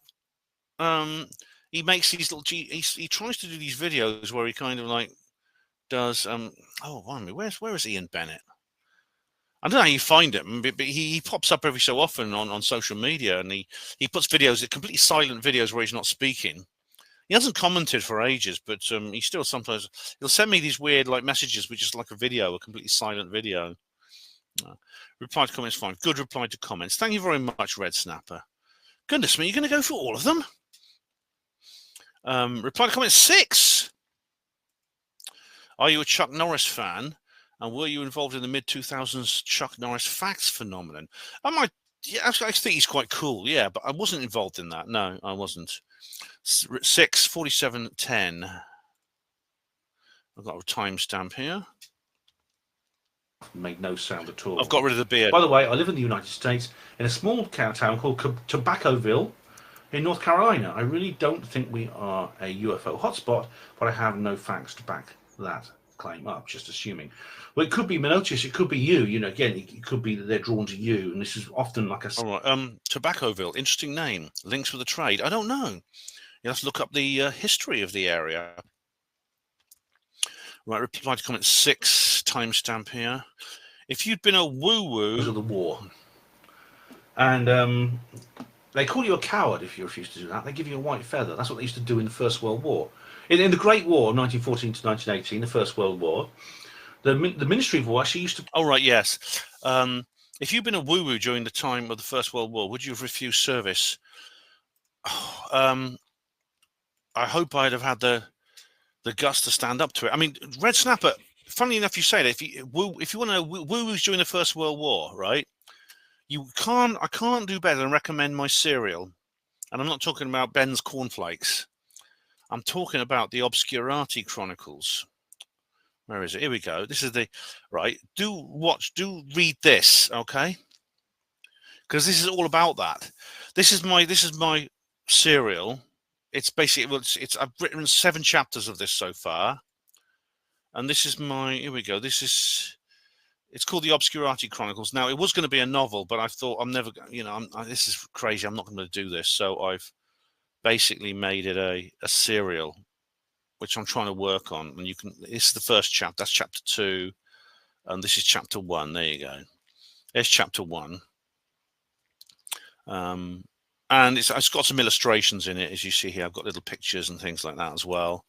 But it's a story. It's a story about. It's a historical story set in the World War I and the immediate aftermath of World War I. And it's about basically that. It's about woo-woos in that time period. So yeah, would I have refused to say? I mean, yeah. You see, I don't know, Red Snapper, because the kind of propaganda they put you through in those days was so awful. I hope I'd have had the guts. Yeah, because of course, if you're a woo-woo, you would know that the whole thing was just being basically set up by the ruling class on both sides. The Bank of England was funding both sides, etc., etc. The right thing to do was to say, I'm not going to have anything to do with this. But then you have the social cost. The social cost means you're ostracized by family and friends. You're made sexually untouchable. Things like this. It takes enormous effort to do that, because I mean the human body, the human brain responds to ostracism the same way it responds to torture. Yeah, I mean, I can read you this. Let me just read you a passage from the book. Let me have a look. Hang on. I'll read you this passage from the Obscurati Chronicles. Here we are. Robin wandered slowly along the bustling streets. He noticed some strange activity a dozen yards away. A group of 3 women was standing in the centre of the square where the paths intersected. They were all young, pretty, and well dressed. They had sackcloth bags with them, and Robin wondered what was in them, but he soon found out. He watched a man walking towards them, as hundreds of people were on that busy Monday lunchtime. However, this man was different. He was clearly young, in his early 20s, and was not dressed in a military uniform. One of the women approached him and reached into her bag. She withdrew a big white feather, one that must have come from a large bird, like a turkey or swan. She stepped into his path and offered it to him. "This is for you, coward," she sneered. The man recoiled as if he had been struck. He stared at the woman and at the feather she was holding out. The colour drained from his face. He reached out his trembling hand and took the feather. He looked as if he would faint. He staggered away from the woman and continued in the direction he had been walking, but his vigor was gone. He stumbled and his head was bowed. The woman laughed contemptuously at his departing and slumped back. Robin knew what this spectacle meant from one of the last honest and in-depth conversation he'd ever had with his brother. He remembered it well. It took place just over a year ago in December 1916, when they'd both been Christmas shopping with the family in Leicester and witnessed a similar spectacle. "They know how to hit us where it hurts," growled Will. "Those women are all employed by the War Office." When the war broke out, nobody in Britain was alive to remember what war was really like. There hadn't been one for a century. All they had to go on were those ridiculous paintings in the National Gallery. You know, the ones of clean-shaven men in freshly laundered uniforms on horseback, trampling over the vanquished subhumans of Napoleon's army. That nonsense is what persuaded the first wave to sign up. Then they found themselves in trenches half filled with water and ice, rats nibbling at their toes. Then somebody a mile away pulls a lever and rips them into mincemeat with an explosive shell. Either that, or he burns their skin off and turns their eyes into pools of blood with poison gas. Word got home about this, and the queues at the recruitment office got shorter, hence those women. That good comment, mate, thanks. And the answer, it's a good question. The answer is, I hope so. Red Snapper, have you seen the movie District 9? I like the bit where you see signs saying no human loitering. I haven't seen it, no. I know it's kind of about aliens living on Earth, which is maybe true. What's this one? This is a timestamp on reply to comment 6. Doffler says, Colin said he was fisted. Lol, really, Colin? I don't remember Colin saying that. I think if Colin told me he'd been fisted on my video, I would certainly remember that. Have you ever been fisted like Colin? No, I don't know. I've never been fisted at all. I don't think that'd be very pleasant. I don't know why people do that for fun. And what's more, I don't think Colin has either. He's never said anything about that to me. Right, right, I don't need to, there's a timestamp here. I don't need to click it because I know what it's about. This is on 6. The Alex Cleghorn case, do you think it will ever be solved? And are there any updates? I don't know. There is an update, Red Snapper. Let me just find it. Hang on. Let me just find the update. Where is it? There we are. Now, to just remind you, Alex Cleghorn was, what happened was, yeah, go to the HPWA blog. Here we go. There's the update there. It's this article here, HP seeks missing boy. Okay, just go there.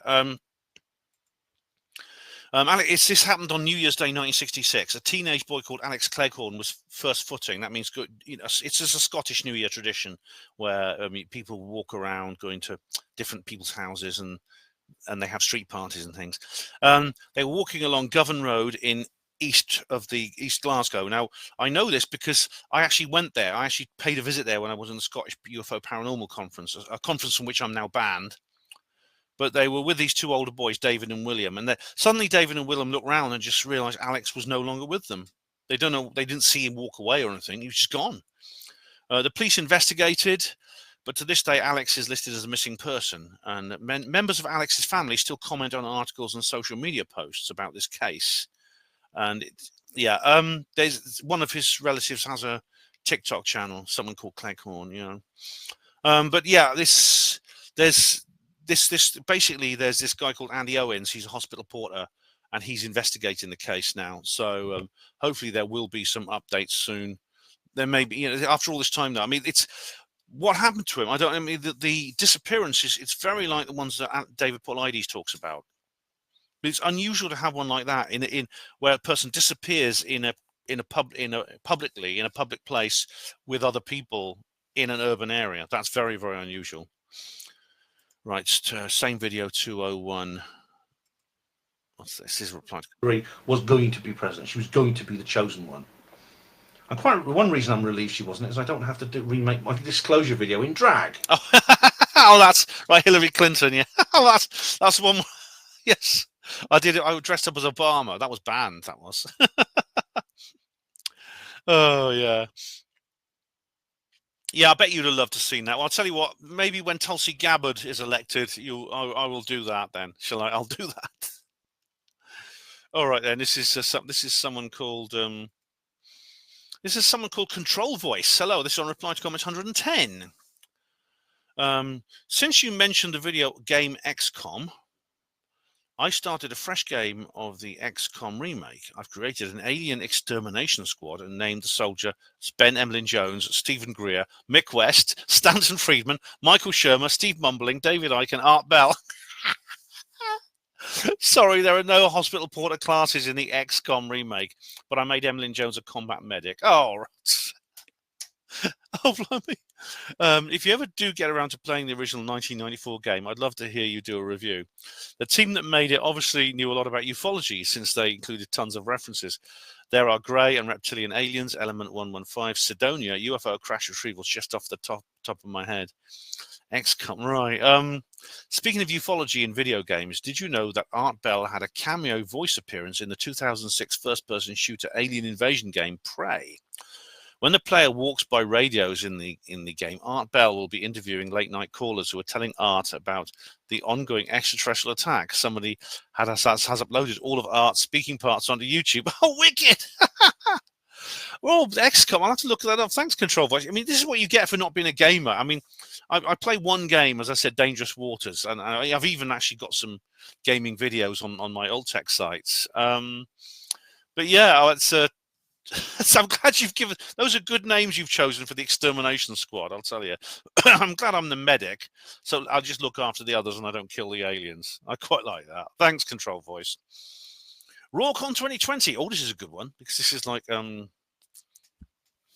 This is a good one because this is a great old video. This one. This was just before the lockdown. I said to Alan Raw afterwards. I said, "You realise you got in there just in time." Tor Engen said, I will not scream and throw chairs around. Yes, that's true. Only tables. No, that was it was actually I actually brought that up. I mentioned that phrase in Ben in the Desert too because I was actually, as you know, I was actually I went to Peter Robbins's lecture and I sat there perfectly politely and I listened to him. I even applauded him at the end. It was a very interesting talk. So yeah, definitely. All right, now here's my my community notice. I've uploaded a new TikTok video.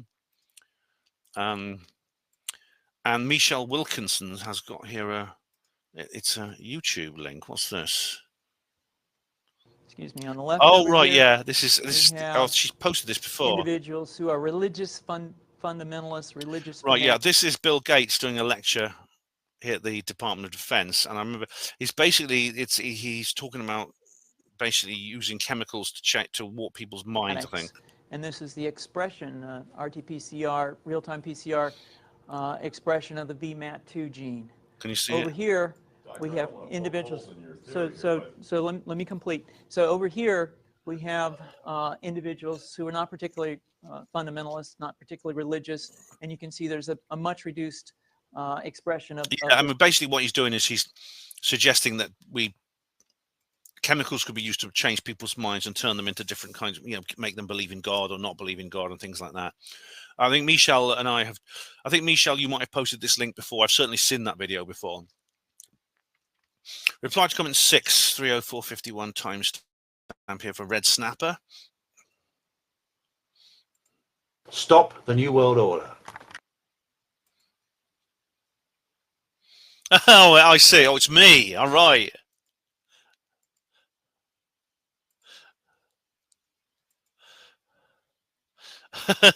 That's me with my beard, yeah. That's when I grew that beard. I think that was my Gillette protest beard. Yeah.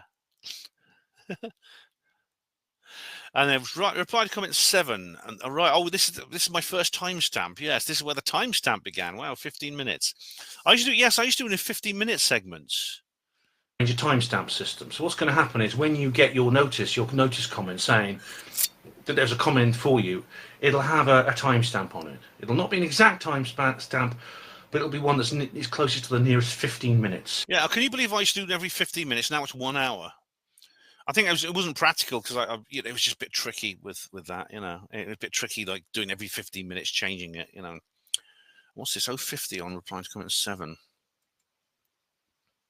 Anyway, now I should point out also that I've now got I've been uploading videos to my other accounts. One is on vidme.com. Oh, right, no, VidMe's gone. In fact, I made a video when VidMe was stopped. I was really upset because I was really getting into VidMe.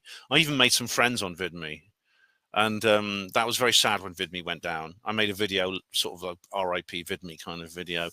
Dailymotion I haven't used for years. I can't log into my account, but I did put up a few videos on there, including some. I put up some copies of the Colonel Holt video because if you remember the Colonel Holt video, the 2015 Holt in Woodbridge, that was attacked by basically a tosser who was being a dickhead, and I had to fight to get the video restored. Yeah, and his reply to comment 7 here, Red Snapper 235. Lol, that never happened because your account got shadow banned. What's this? Okay. Next comment. Another one from Orange Sherbet on the same video. Oh yeah. Do you realise you're stuck in a replies to comment loop? You'll be typing to comments for the rest of your natural life. Well, not necessarily. I think you'll mean that the various comments reply video get more comments, so it's like an increasing. Yeah. Oh, right. And he says that never happened because you got shadow banned. I don't know if that's the case, but whether that affects like the reply to comments thing. Well, because like the more comments you make, the more videos you've got to make. The longer the videos, the more comments, etc. That doesn't seem to have happened. I'm now 111 videos in, and they haven't. They're not infinite in size. Right, reply to comment 7. Why does Bigfoot in Britain attract so many troll posts by Red Snap? Long time since I did that video, so I'm not sure. Phuket and Doffler's conversation. Bigfoot in Britain. I've had a lot of rude comments on this one. Yeah, I've had a lot of. All right. Why does Bigfoot in Britain attract so many troll posts? I think it's because there's been a huge controversy over it. Basically, 2 of the people involved sort of fell out because they had different ideas about what the cause was, and indeed this ended up affecting me personally. But what's this? Another one here. Ian. Oh, this is the Bigfoot one. Jesus. Oh, here we go.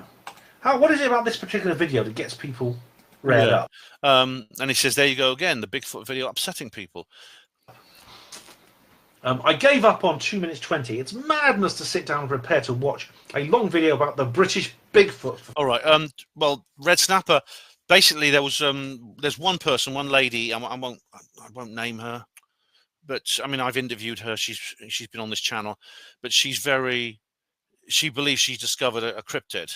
And there's other people she's fallen out with who said it's not a cryptid. You can't possibly have a cryptid like Bigfoot in a habitat that we have here in Britain, with its dense human population, the lack of wilderness and stuff like that. And so there was this like to and fro, and eventually they got angry and started falling out. And I ended up getting caught up in the middle of it because I interviewed one of the people and the other person objected, and I just said, look, I'll interview anyone I bloody well like, and it could be that. Right, Excalibur says on reply to comments 110, Emlyn-Jones still peddling his BS, I see. Don't call me Emlyn-Jones. Only Steve Mumbling is allowed to call me that. He invented that name. Oh, and again, peddling his BS. Yeah, well, 2 + 2 = 4, right? You're peddling BS when you say that. There you go. I proved you wrong. All right, now this is reply to comment 7, and it's reply to comment 7, Red Snapper 14404. Here we go. All right, so I'm getting tired. The Earth is flat, man. Get with the program. No. Oh, this is 20th of February 2017. Oh wow, yeah, nearly 10 years on. Yeah. Reply to comment 7. Good comments reply, said Red Snapper. Right, he's just gone to 7 now. Goodness me, you're going through all of them. I challenge you to watch them all, Red Snapper. I challenge you to watch all of them. Watch all. Well, you've been watching them anyway for quite a while, but watch all the back copies, the back catalogue you haven't seen yet, man. You think you can go through them all? Right. This is UFOs. A reply to Stefan Molyneux. I think I did about 3 of those, but this is the first one. 702. Here we go. Extraordinary proof. And that's so original. And I'll tell you something else, right? It's good to be open-minded, but not so open-minded that your brain falls out. Oh, right, yeah. Someone made one of these things when they go, It's allegedly Carl Sagan said that, but they use sort of like extraordinary claims require extraordinary explanations, or it's good to be open-minded. It's not so open-minded. Your brain, all these other these skeptic cliches they keep using again and again and again, and every time they say it, they bloody laugh. I mean, Neil deGrasse Tyson said that at a recent conference, and the audience still laughed. I say, stop laughing. Laugh at new jokes, not old ones. Oh, at 7:30. Have you read Carl Jung's book on flying saucers? You ever read Carl Jung's book on flying saucers? Oh, this is the guy debating with Molly. Yeah. Famous protege of Sigmund Freud. No. He wrote a small book. It's like 144 pages, and the full title is "Flying Saucers: A Modern Myth of Things Seen in the Sky." And he basically spent most of the book stating that it's. All right, it's I can't remember. I can't play all of this, Red, unfortunately, but it's. I imagine Molly will say something like, "Well, Carl Jung was he had no evidence, etc., etc." Yeah. Right, and another one here, 105.24. This is on the same video. It would be crazy. Depending, 101 would be plain nuts. Who do you want to believe? For instance, there's something called the Disclosure Project where they have roughly 400. Yeah, that's Korea. Are you involved with the Disclosure Project? And Red Snapper, I've bought some of the. I bought some of their books. Greer's books. I've read 2 of Dr. Stephen Greer's books, and I've watched all their documentaries. So, does that include involvement? I don't know. Oh, and I also went to see Greer live in London. Like everything that Greer does, it's very overpriced, this event. Colin and I went along to it. We did a review of it. Okay, Red Snapper here on UFOs reply to Stephen Molyneux. 106.27 laughter. What's this? It's not just one person. But don't the aliens beam up people from time to time? Well, on television they do. I don't know in reality. You know, He's a joker. You know, our imagination. Who is Clifford Stone, says Red Snapper. Right, Clifford Stone is a chap who, I think he's died now. He claimed to have been part of a UFO crash retrieval team. And I can't remember everything he said, except I did watch him. And if you ask me now to recall all his points, I can't remember. But if you Google his name, you'll find lots of material by him. He was good friends with Robert Dean, who was an adorable chap. Robert Dean was, really interesting podcast. Thank Red Snapper. This is UFOs reply to Stephen Molyneux. Stephen did make some good points. Are my beliefs being challenged? Could I soon be joining the Steve mumbling ranks? Would I still be welcome on this channel? Right, to answer those questions in order, are your beliefs being challenged? Probably. I mean, mine were. Mine very much were, Red Snapper, yes. I think Stephen didn't. I mean, the points Stephen made, I think, can be refuted. And in fact, I made that video in order to refute them. Could you be joining the Steve mumbling ranks? Oh, only you know that, Red. If you do, though, to answer your last question, yes, of course, you'll still be welcome on the channel. Definitely. As I said, I mean, I said this about Brent Lee. I fell out with Neil Sanders and I didn't fall out with Brent, even though those two are friends, because it's not them. You see, they both have skeptical beliefs now, but Brent is not a dickhead and Neil Sanders is. So yeah, as long as you're not a dickhead, you're welcome on the channel. Right, 4009.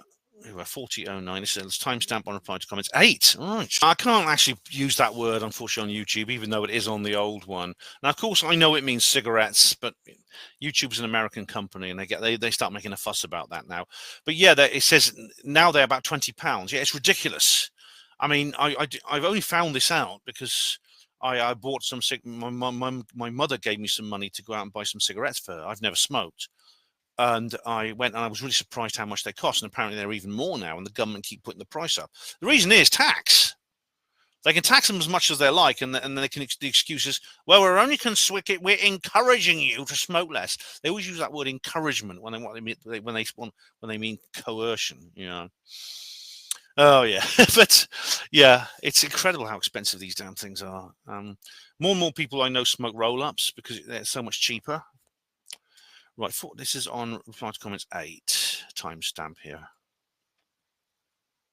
Meta-knowledge, 2010. I've survived cancer 3 times. I opted for surgery and told my surgeon if the cancer had spread, I do not want chemo. He was taken aback, but accepted my decision.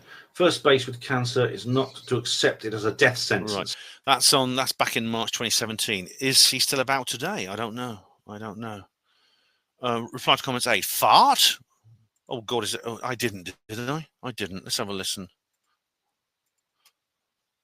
To me, even if it's just to say thank you or you like the video, I'm quite happy to write out a short reply. No. I'm sure. I think that's just the chair creaking. I hope so. Anyway. All right. Reply to comments 8. Can you do a video with the director of the Centre for Fortean Zoology? Well, Jonathan Downs. I'd love to. I love John Downs. I think he's so cool. I mean, he does. I might get the chance actually because he does these kind of like. He does these hangouts on Facebook. I'll see if I can join one of them one day. Yeah, but he's such a dude, man. He's such a cool one. Yeah. Right. Here we go. Have you ever or do you ever look at that type of stuff? This is on 8, and it's Jay Lee. Ben, you never showed us your porno collection. I didn't, did I? Well, for some reason I didn't. How have you ever? Do you look at that type of stuff? No, of course not. What's it? That comment about Paola Harris was awful. Have I said something horrible about Paola Harris? This is in 8. Let's have a look. What's this? Disgusting. I shouldn't have read that out when he said about Paola. I've just deleted that now. All right. Did someone else say something horrible about Paola? I don't know. I mean, Paola Harris. I've criticised her, but no, I don't dislike her. In fact, I used to fancy her, actually. I don't anymore, but I mean, I did a few years ago. Yeah. I stopped fancying her because she started trotting out the old feminist line, oh, women in ufology, that kind of thing. Now, I did have a civilized debate with her on Planet X Radio and later on Facebook, and she appears to have changed her tune. But, I mean, Paola's I think she's a very dedicated, very accomplished individual. And she's like me in a way. She's obsessed. She is an obsessive like me. And if you call that a criticism, if you like, but if so, then I'm criticizing, and it's criticizing me as well. Reply to comments 8. Lemsip is a funny name. Does he still comment? It's a she. I know who she is, and yes, she does actually. Sometimes Lemsip will actually put a comment on. Yeah, a good reply to comments. Thanks, Red Snapper. That's on reply to comments 8. How am I doing for time? Yeah, okay. Oh, blimey. 41:55. Oh, blimey. All right. Argument with a homeless person. You look a bit flustered there. That's all right. So the beginning of the video, I was flustered because of this argument. Yeah. And the video is why I feel so upset about it. Yeah. Red Snapper. Wow, you slept rough. I can't imagine that. Yeah. Well, it's not something I make a habit of, but I have done it. There we go.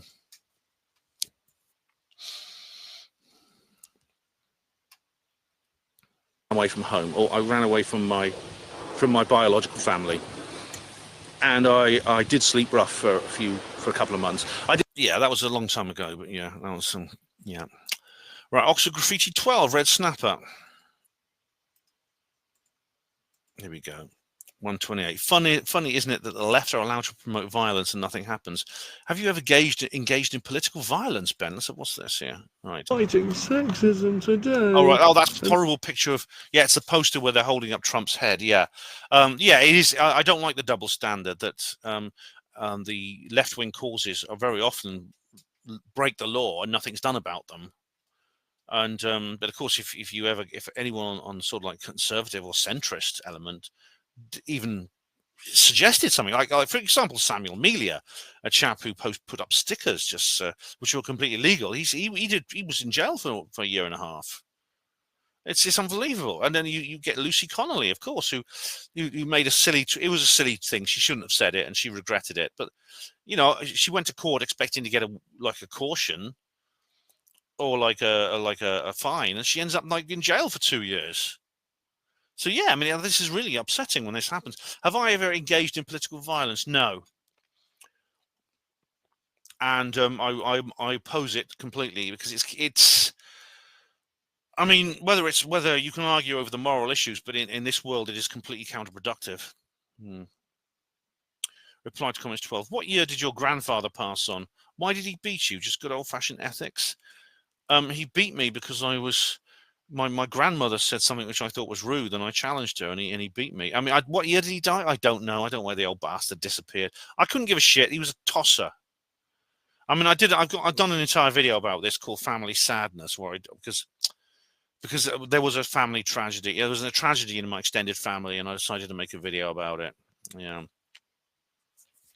Reply to comments 12. Oh, I know what this is. It's the deer. Yeah.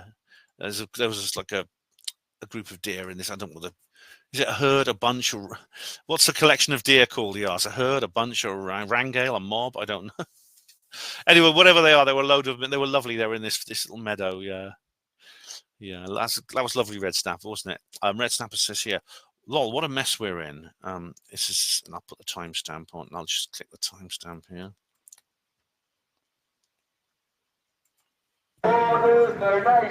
Oh right, yeah. I wrote an article about that. Was the left wing, the anti-racist protest. I actually wrote an article about it on HPANWO Voice. What a mess we're in. If I was of a religious persuasion, I'd be saying, Yeshua, hurry back. I sometimes wish I had a blind faith. Then there would be some hope. Well, yeah. Let me just see if I can find the article. Oh, where was it? I don't know. But yeah. I mean, I sometimes think I wish I believed this. The problem is, I mean, I can't ever say to myself, well, there's something I think is not true and I wished I believed it. I can't really say that because it would be kind of just willing self-delusion, and I don't think that's very healthy. I mean, have I ever thought like, well, I wish I could go back to being a normie. I wish I could not be a normie. Because it did cross my mind at one point. Like, if only I hadn't like gone down this path, how would my life be different? You know. And of course, it would be very different. Here we go. Right. Oxford. Here we go. Oxford anti-racist protest. That actually, I've written an article all about that, just reviewing this whole thing here, which you can see now. You can read that, and there's some of the photos I took of the day when I went down there. So there you go. Here we go. Oxford Graffiti 12. Heavy. Oh, right, it's the chemtrails. Yeah, heavy spraying in Oxford that day. Don't you just hate that when you get a few nice clear blue skies and they just go and ruin it all? Yeah. Well, tomorrow I'm off to the London geoengineering protest, so I might see you. I might see you there. Whoever's going. Oh, I've got a good video, Ben. It says on Oxford Graffiti 12, says Red Snapper. Thank you for all you do to keep track of these wonderful artworks. You're welcome, Red Snapper. I'm glad you enjoyed it. Ben in the Desert 2, part 1 of 3. First, waiting for this, gold tinfoil hat to the one and only Red Snapper, who seems to be a very dedicated viewer on here. Right, so 236. Sounds like the Indiana Jones of extraterrestrial research, Josh Gates. All right, yeah. All right, yeah. Don't know anything about him. Here's the list here we have. Oh yeah, I've never watched that. You know, I've never watched that. I don't know if it's any good. Anthony Peake is omnipresent. Yeah, Anthony Peake's been to the live. He goes there every year, I think. He's like a regular. All right, same video, Red Snapper. HP Power, not far off to Panwo. Has to be a good omen for the trip. Yes, my rucksack was made by a company called HP Power, and I thought hospital porters. Yeah, I didn't see that when I bought it. I went into a shop, just a local shop in Oxford, and I bought it just not far from where I live, and I bought it there. This is on Ben. Already the drop-off charge has gone up from £5. Has it? Seriously? And just like it's less than 2 years since I first made a note of that. Can you believe it? Oh, honestly, they literally charge you just to park your car for a few minutes and just open the doors and like take some suitcases out. Can you believe that? Yeah. John Nolan says on Ben in the Desert part 1 of 3. Don't mention Larry Warren. I did. Too late. Why not? Says Red Snapper.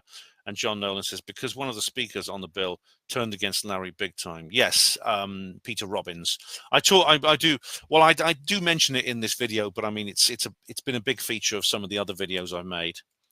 But yeah, Peter Robbins was Larry's defender and co-author, and it just turned against him. Red Snapper, yeah. PG Tip. Oh, right. This is PG Tips offers plant-based tea to boost sustainability and meet demand for eco-friendly products.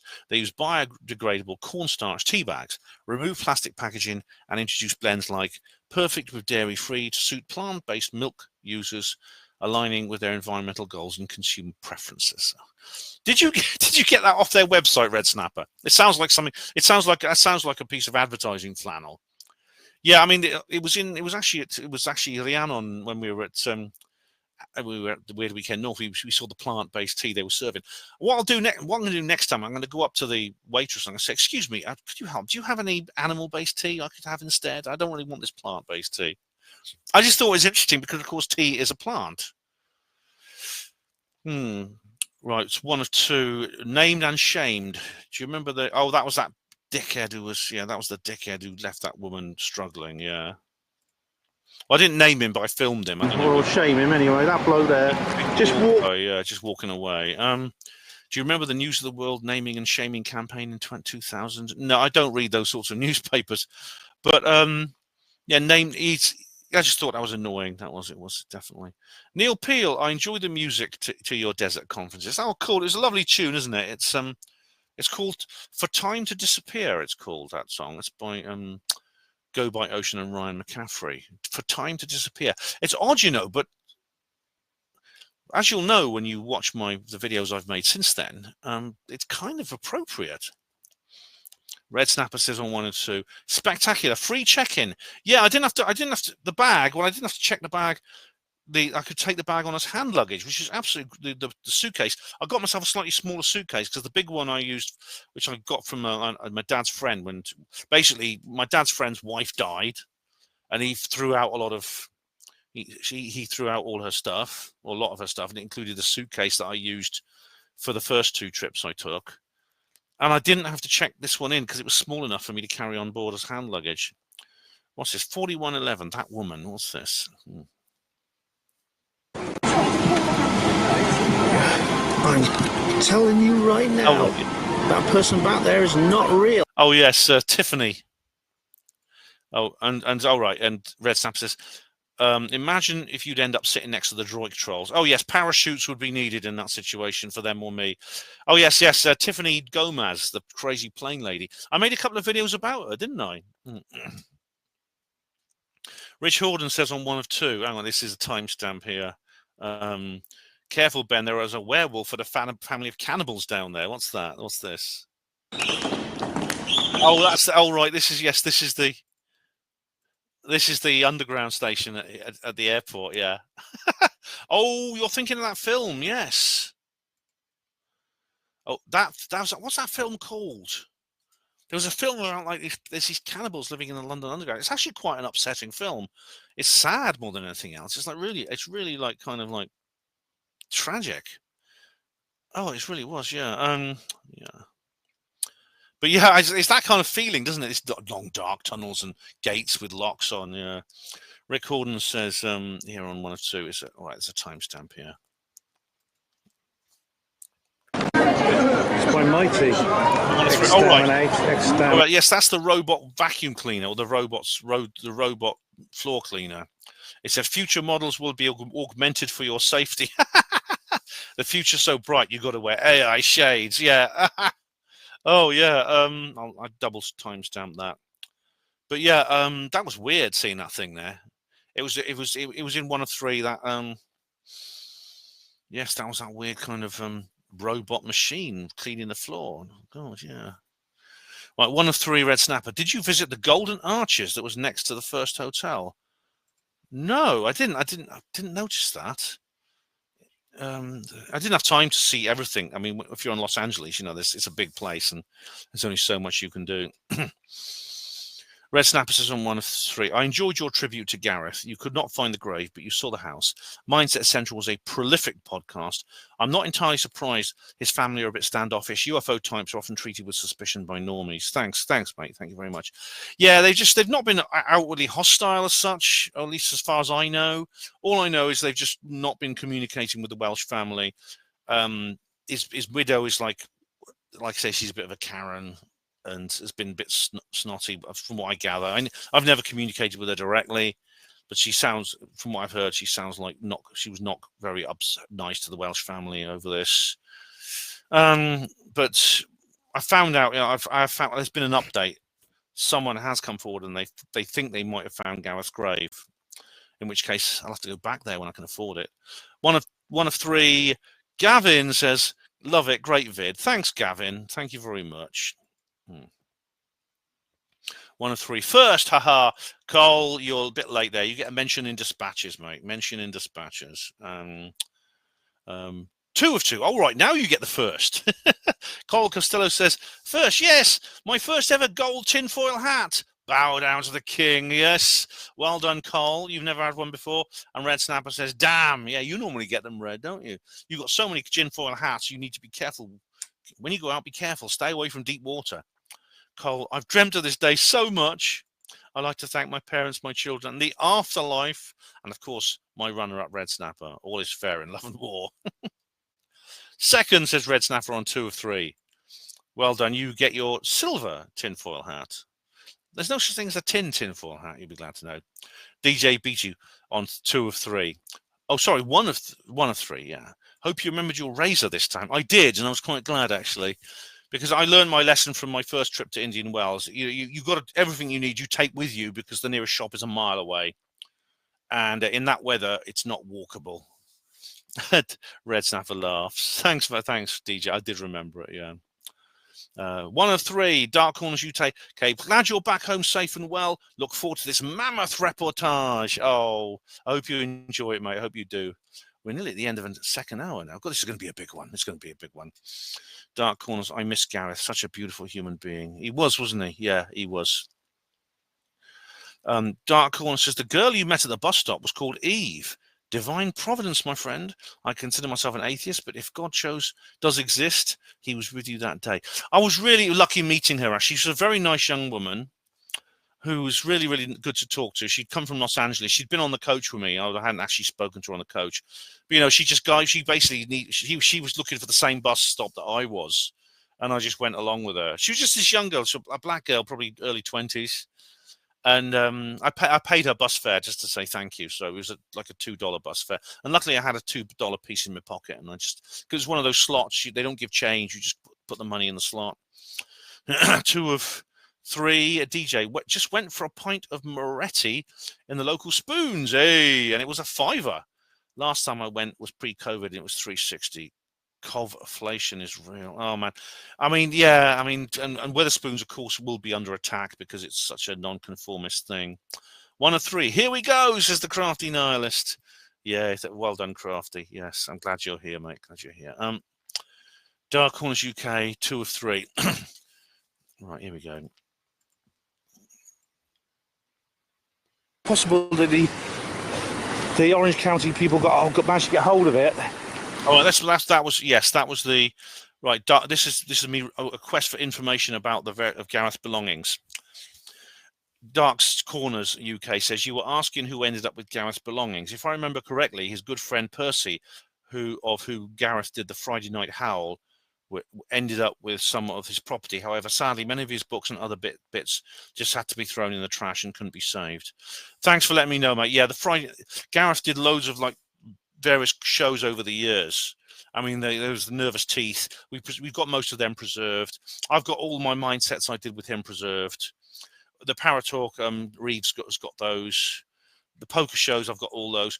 But yeah, a lot of his books and stuff, I don't think they were thrown in the trash. From what this lady Karen told me, his family took them to charity shops and things like that. So they may have ended up on the shelves of charity shops. Hopefully then someone will read them. Same with the DVDs, but I know the Orange County UFO Society hopefully would have taken some of his stuff. Yeah. 2 of 3. Third, says Darren. Bronze tinfoil hat on its way to you, Daz. 1 of 3. Hope you missed the LA riots, says Darren. I did. Literally, they broke out just after I left. Yeah. 2 of 3. Is Steve B losing his memory? Oh, right. I don't know, Crafty Nihilist. He did come up because I think he just thinks of so many things and he has so many things going through his head. He just didn't remember that I talked about this book, because every time I bring up my book, I have to remind him it's happened before. Maybe he just has too many things to think about. Right, 1 of 3. All right, this is a timestamp here by Red Snapper. Yes, please. Anyway, I'm back in the room now. It's literally identical to the room I was in. Well, did they recognize you at reception? No, they didn't. But funny enough, the waitress, the waitress in the breakfast room did in the cafeteria. She remembered me. Yeah, I actually mentioned that later in the video. 1 of 3. The seems very noisy, that air conditioning. Could you sleep? Yeah, I mean the air conditioning was. I'm used to a little bit of background noise because I've got my dehumidifier here. I've also got a fan on my back at the moment. But yeah, the air conditioning in that hotel was very noisy. But I'll tell you what, I got used to it eventually. And also, if I'd switched it off, it would have been too hot to sleep. Right, Paul Willis. Paul Wills says on 1 of 3, Ben in the Desert 2, 1 of 3. Just finished watching Ben in the Desert Part 1. Really enjoyed it, mate. Thanks for taking us along with you. Looking forward to watching Part 2 tomorrow. You're very welcome. That's on 1 of 3. Thank you, Paul. I'm glad you enjoyed it. Right, Part 1 of 3. Here we go. So here we go. Timestamp. It's actually quite good. $27 is actually quite a reasonable meal considering it's a book. So what was the breakfast? You just mentioned the toast and jam. Oh, right, yeah. I had. They also serve omelets and like English breakfast and things like that. Didn't I mention that? Yeah, I did have there was a Chicago omelet or something like that, or like I think it was called. There was like the tomato tortilla. They were very nice anyway. It's just been extra money. I'm sorry I didn't mention that. Ben and Terry first, says Red Snapper. Well done. As always, the red gets there first. And Steve Neil Peel says first for this one, Ben. Not quite, Neil. You get silver on Ben and Terry. Red Snapper got in there first, mate. Yeah. Ben and Terry. Why don't people just, Neil Peel says, why don't people just turn off their phone landscape to get you both in? It would stop the moving of the phone left and right, and you don't end up with wasted black bars on either side of the picture. Please tell your friend Ben, just my thoughts, but look like you enjoyed yourself. Thanks, Neil. I mean, the reason she did that, I mean, I don't know if we may have explained in the video, I don't know, but she tried like putting on landscape mode, and it seemed to mess up her connection to YouTube. This is why she then went back to, first she tried to stream with her new camera, and funnily enough, on her channel, Terry now has some new videos where she does use her new camera. This special camera that she's got, which you saw, which I showed, but it didn't work. And when she tried to get YouTube to work on a mobile phone again, she had trouble getting it to like register on YouTube. So she struggled a bit. We were a bit worried we might not be able to do the live stream. In the end, we did do the live stream. But she said she didn't want to like mess around with it too much in case it messed up in case it ruined the connection again. So she decided to keep it in landscape mode. That's why. And Gary says, I'm with you on that, mate. Hi, Gary Robinson. So many people don't understand aspect ratio. Well, like Gary, like I said to Neil, I think Terry did realize this, but unfortunately it was the only way she could make it work. Or she may have made it work in landscape, but she didn't want to risk it. And Neil says, habitually, they use their phones for filming like as when they talk on the phone. My brother went all the way to Antarctica. Yes, you can go there, and sent me a video of icebergs, but it was all filmed vertically. It didn't occur to him to turn the camera to landscape. Well, guys, yeah, I mean, I've done things like that, when I've made a video or something, and I thought, God, I could have done that better. I could have zoomed in. I could have like let the autofocus work for longer, things like that. So yeah, but you guys are perfectionists and professionals, so I'd expect you to think that. Yes. Oh, what's this? For some reason, Neil's thing is repeated. I don't know why that is. For some reason, Neil's comments are repeated there. I don't know. But anyway, Ben and Terry, Art's channel. Hello, here's a picture of Vincent van Gogh. You two make a lovely couple. Do I get a wedding invite? No comment. Jeff Hindley says on Ben and Terry, hi Ben, and glad you enjoyed your American break. Lovely to see you and your friend having a nice time. Thank you very much, Jeffrey. Much appreciated, Jeff. Ben and Terry, Andrew Munchkin, you're glowing. Did you use protection? I'm not going to answer that. Huddy Allen Raven laughs. Ben and Terry, Gary Robinson. Terry looks like a lot of fun, mate. Great to see you had good adventures over there. You just missed the riot. The big question, did ya? I'm not answering the last bit. Yeah, we did have a lot of fun. Terry and I have sort of known each other online for a long time. And in fact, you may have seen some of our collaborations And it was great to meet her. It was great to meet her at last. After we've literally known each other online for about 10 years. I first started like talking to her when she was on American Freedom Radio during the Freedom of Joy show, and I used to like listen, and I used to put comments in the chat. And I remember thinking, you know, it's a pity she lives so far away. And then when I went last year, and I actually mentioned Terry. I didn't use her name, but I mentioned that I had a friend who was hoping to meet at the conference who couldn't make it. So I thought, well, next year I'll make a special effort to go and visit her. So I'll actually put aside a couple of days, travel to where she lives, and actually meet her, because if she can't get to the conference. 1 of 3. David Splendid Isolation. Your shadow and sun position is also more evidence that the Earth is a globe. Oh, let's trigger the flatties. Yeah, I'm sure they've got an answer for it. You know, David, they'll think of something. You know, David Weiss, Mark Sargent. If they want to comment, they'll say, "Oh no, the Earth is flat, and this is why." A reply to comments 9. Oh right, yeah. This is the first video in the new room. Jelly's old room. Jelly Curry is controversial. Oh right, yeah. So when was this? When did I move? This is one of the reasons I haven't done a comments reply video for ages. I actually moved house. Well, no, I haven't moved house. I've moved rooms. Yeah. That's when I first moved into this room, and that was in May 2017. Wow. Yeah. Can you believe it? Jelly, yeah, a guy called Jelly. It's actually not spelt like that. It's actually Jelle. Or was it 1 L or 2 L's? I can't remember. But he's called Jelly. He's gone. He moved out, and I had his room. Yeah. Loud music above. Replied. Oh right, this is maybe where Liberace first makes an appearance. Upstairs. So I can't. In my other room, you can't hear it. But in this room, the problem is I'm right underneath the place where the guy has his keyboard. Yeah. Right. Yeah. That was Alan Liberace. He's been quiet lately. I haven't heard him for months, actually. I've just realised.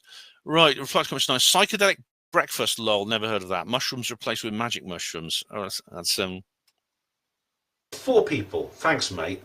Definitely more. Can you make Alan's a psychedelic breakfast? I'm not sure. All right. Yeah. I wonder what he'd be like if he was high on mushrooms. What sort of music would he play? Probably better music. I mean, we all know that like certain substances can enhance creative potential, as anyone who listens to music from the 60s will know. I'm reminded of Bridget Jones's Diary, or one of the Bridget Jones films, which I love those films. I don't like. Well, I haven't watched the new one. The third one was crap, but the first 2 were really cool. Where she's like on holiday and they're having breakfast, and there's mushrooms on the plate. She eats them, and they're like psychedelic, and she goes on a trip. It's really funny. Paul says on Ben and Terry, glad that you're back, mate, safe and well. What an effort to just getting to Indian Wells you put in. Watched 1 last night, part 2 tonight. Thanks, Paul. Thanks. Yeah, it was not as easy as when I'm traveling with Colin and Mark, you know, because, you know, it's economical. I'm just going to get some more dragon juice. Actually, I think I might be the end of an hour. Oh, I'm over by 7 minutes. Oh, shit. Sorry about that, guys. So some of these timestamps might be a bit inaccurate. All right, never worry. Not to worry. All right, guys, it's hour number 3. Goodness me.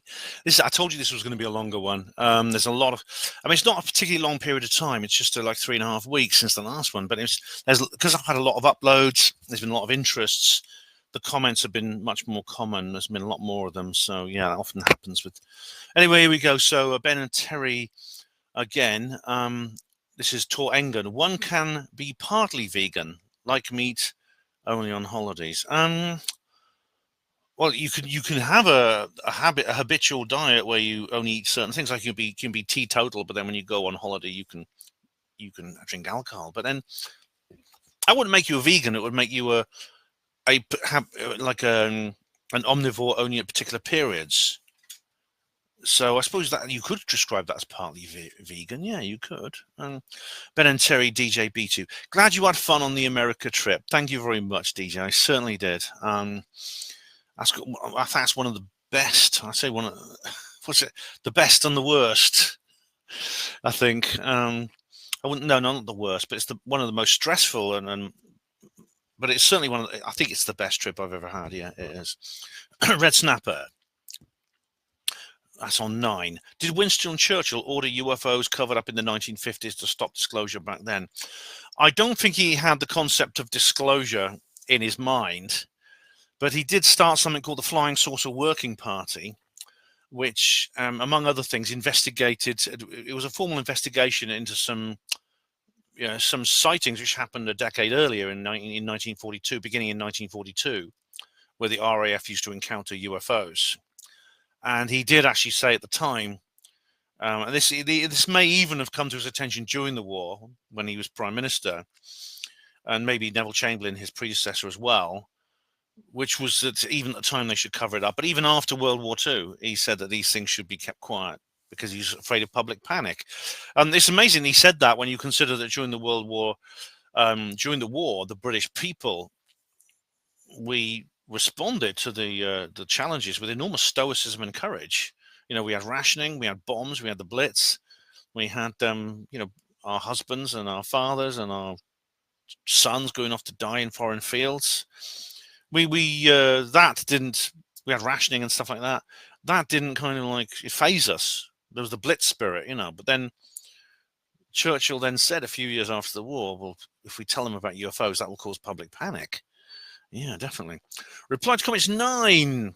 Super long replied comments. Pretty good stuff. Thanks, Red Snapper. Yeah, was that one of my big long ones? Reply. Yeah, that was some of them were. And reply to comments 10. There's a timestamp here. Throat cancer. I wonder if Sydney is passed on. Right. I've forgotten all about this. This reply to comments 10, which was like, oh wow. And Wittgenstein grabbed a poker from a fire and threatened him. Ben, you're a reporter, so I'll confide. I have throat cancer, caught late, not looking good, and my mouth is a ruin. If I could still speak worth a fuck, I'd be getting a camera and editing software, even at my stage. Right. I don't know, but based on what he said there, probably not. It's just something. Yeah, how sad that, isn't it? Yeah. Reply to comments 10. Right, this is another one with a timestamp. Poor David Keith and his dog. Does he still comment? All right. Again, this is like, I've forgotten about all this. But, yeah. The Afterlife, a reply to Stephen Molyneux. David Keith says,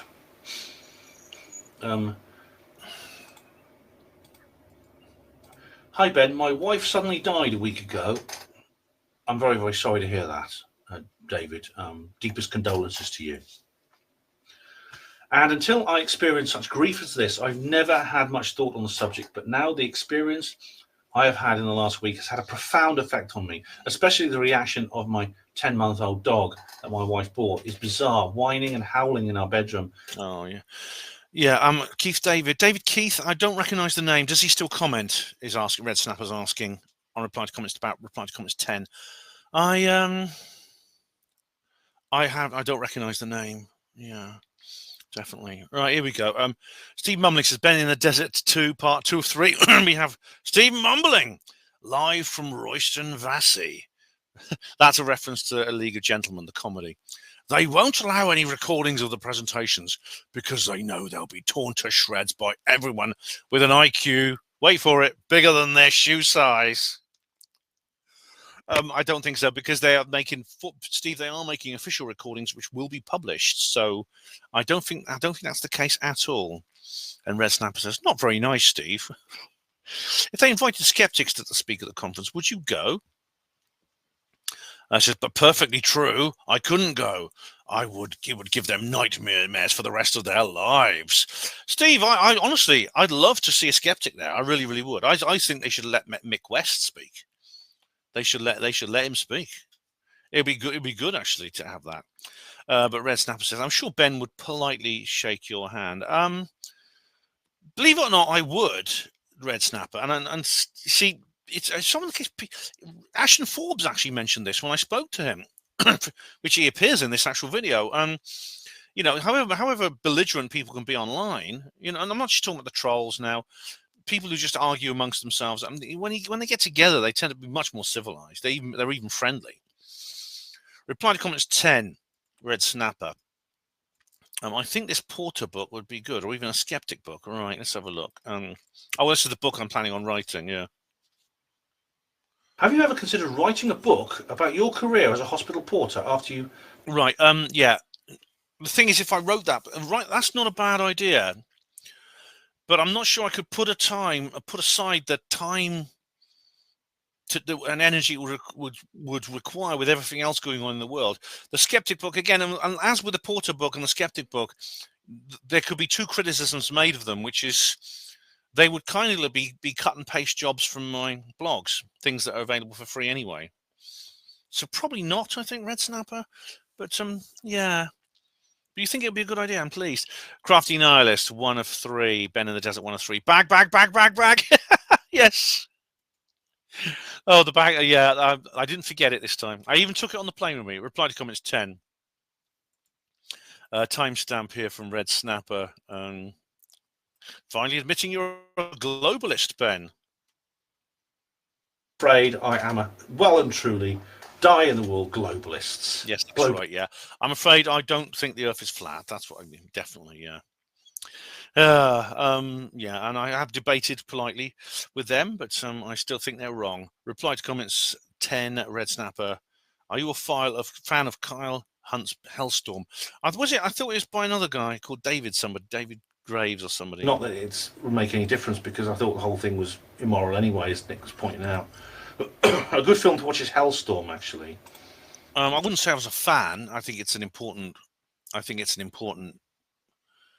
book it's a book originally as well as a film to read or watch, because it tells the other side of the story. Because unfortunately, it's to do with World War II, but they always say in war the victors.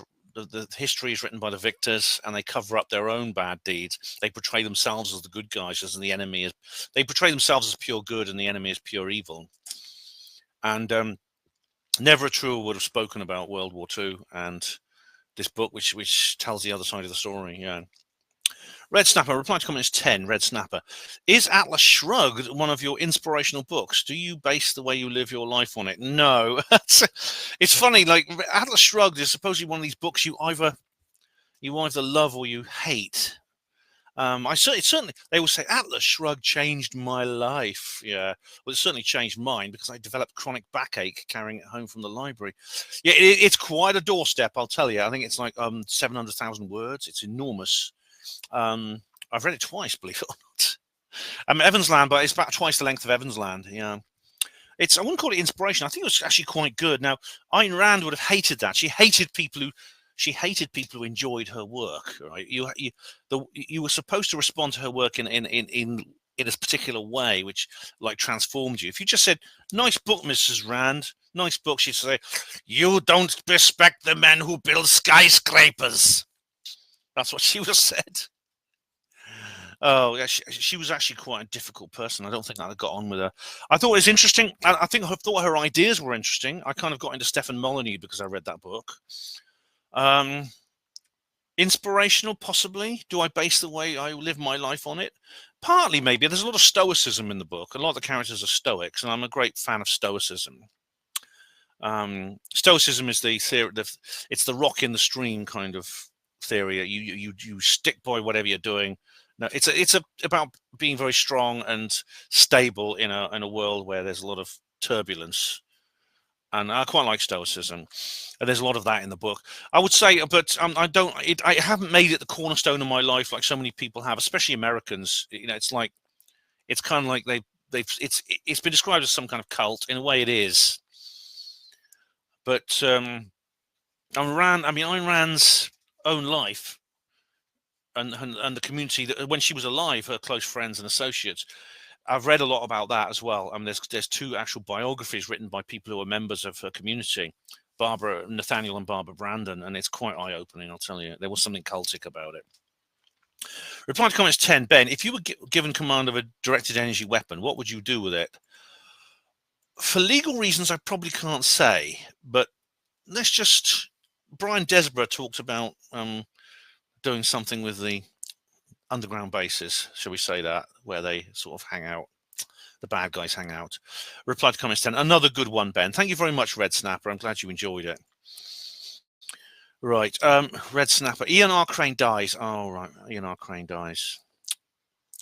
Yeah, this was a video that I didn't enjoy making, and I still miss him. I still miss Ian. I do. Red Snapper. So that's how you fell out with Andrew Johnson, the Ian Crane thing. Have you made up? No. We haven't made up. See, you can't make up with someone. You know, Andrew's completely unrepentant. In fact, he's, you know, there was This Is a Blessing thing, and there's that, which is even worse. He's completely and utterly. He's, you know, if he offered if he offered a frank and complete apology to Ian's relatives, and attempted restitution, it's like Molly says, you know, apology, restitution, you know, a belief that it's not going to happen again, that kind of thing. Andrew's done none of those things, so no, we haven't made up. And Red Snapper says on Ian R. Crane dies, Fracas slept easier this day. I'm sorry about your friend. R.I.P. Ben, R.I.P. And thanks very much. It's been a few years now, but, you know, I still miss the guy. I still miss him. You know, when I go to conferences like Contacts in the Desert, I sometimes think of him, and then I see something happening in the world, and I think, what would Ian think of that? He's out there somewhere. He's out there somewhere, I think. Yeah. But thanks, Red Snapper. And here we have another one. Stanton Friedman dies. Red Snap. Steve Mumbling will say he made up the Roswell thing for money. I think Steve is not Red. I think Steve is not so tactless as to say something like that about the dead. He is a critic of Stan, and I wouldn't, you know, I wouldn't stop people being critics of Stan even now. But I think you have to do it in a certain way now the guy's passed on. I think you do. Red Snapper. A rather tipsy and heartfelt tribute to Stan. I don't think I would have woken up to the truth without him. I know what you mean. I mean, the Roswell thing. I first discovered Stan. I first saw Stan in the. Well, I read the book by William Moore and Charles Berlitz in the. When did I read that book? I must have read it in the early 90s, I think. When I picked up, I've got a first edition paperback. It was this 1980 book by these two guys. Stan helped with the research into that because he was the guy. In 1978, he did the first interview with Jesse Marcel Sr. And then he appeared in the media. I first discovered Stan around the same time, the early 90s. And, you know, yeah, he was such a character, and he was so rational and everything. He was just brilliant. Yeah. I miss him. I miss him a lot. Ben in the Desert 2, Part 1 of 3. Florida Trailblazer. That's Joe. Joe Dunn. Thank you, Ben. You're welcome, Joe. You're very welcome. Joe Dunn is a fellow Mindset podcaster. Yeah, bless him. Oh, definitely. You're right. Ben in the Desert 2, Part 3 of 3. Gary Robinson. How you doing, Gary? I'm hoping to see Gary tomorrow. I'm really glad you had a good time, mate. I thought the staircase on the plane was very cool. Yeah, that's right. I mean, I saw the stair. I was right at the back, and I saw the staircase there. Now, obviously, I think if the stewardess had spotted me, she'd have told me not to. But I was just curious. So I just went up this spiral stair to have a look at the top deck. That's mate. I've never been on those A380s before. And he says, I've never been on one of those dual-level planes before. So, Gary hasn't either. Why is it on every single flight ever, every single person on the plane wants to be the first to get off? I was on a flight once, and they asked everyone to stay seated because a family on board was close to missing a connecting flight. Not a single person stayed seated, and the family were not able to make a speedy exit after all. I've always liked sitting towards the back of the plane on long flights. It feels like you're out of the way. It often means you can board first as well. Cheers. Thanks, mate. Yeah, that was selfish of them. People are like that, though. But, I mean, they do the same on National Express coaches. They did the same on the Greyhound. You know, everyone jumps up at once and they start pushing at the front, you know. Apparently in Japan, you know, everyone like sit down and the people at the front get off, then the next row, then the next row. In Japan, they're very organized like that. But, yeah, everyone's struggling on the plane. It takes quite a long time to disembark people, but I was standing in the aisle for a few minutes. But no, I was not in any particular rush. But the people who are, you know, they should... Yeah, I don't know why people didn't just respect. They just for once, just stay in your bloody seat and let the people off. Think how would you feel in their position? But sitting at the back of the plane, well, you see, on that particular aircraft, it wasn't too bad because the A380 must be different. But most planes I've been on when you're at the back, you get a lot of engine noise. I noticed this on the plane to Denmark, and I also noticed it on the plane over. I was on a different kind of aircraft, and it was very noisy. The engine noise was far higher in the rear cabin. Yeah, definitely. But then I had basic economy. I had to put them where I had to put them. I had to put them where they had to go where they put me. Ben and Terry, Dave Langston says here, smut and innuendo. Poor Ben isn't allowed to just talk to a woman. Bring back Mary White. Where's the smut and innuendo? Terry and I were very polite. We made a few jokes privately about things, but we were very professional, I think, in our collaborations. Ben in the Desert 2, Part 1 of 3. Snarnock. Hey, Snarnock. Nice to see you again. Do they have a different word for bungalow in the US? Bungalow is a Indian Hindi in origin. There are loads of other words in the British English that come from India, such as jodhpur, chit, pucker, khaki, jungle, juggernaut, shampoo, dungarees, dinghy, pajamas. Right now, I know there are many words in English of Indian origin, primarily because English is a very promiscuous language that adopts lots of different words. I didn't know about all of those. I knew about jodhpur but I didn't know about those others. Shampoo, I didn't know about that. But yeah, bungalow I knew was of Indian origin, of a Hindustani language word. Do they use that word in the US? I don't know. I could have asked Gareth. But nearly all the houses are bungalows. There was only a handful of private buildings I saw with an upper floor. Snarnock says on 1 of 2, I greatly miss Gareth. 1 of 3, sorry, I greatly miss Gareth. I don't think I ever missed an episode of the Mindset podcast from 2014 when I started listening to it right up to the end. At least you managed to go past his house. Maybe you could have had an 805 or Blue Moon, which were Gareth's favourite beers while you were in the US. If I go back, I will, Snarnock. Honestly, I will. Yeah. Thanks for listening all those years to Mindset.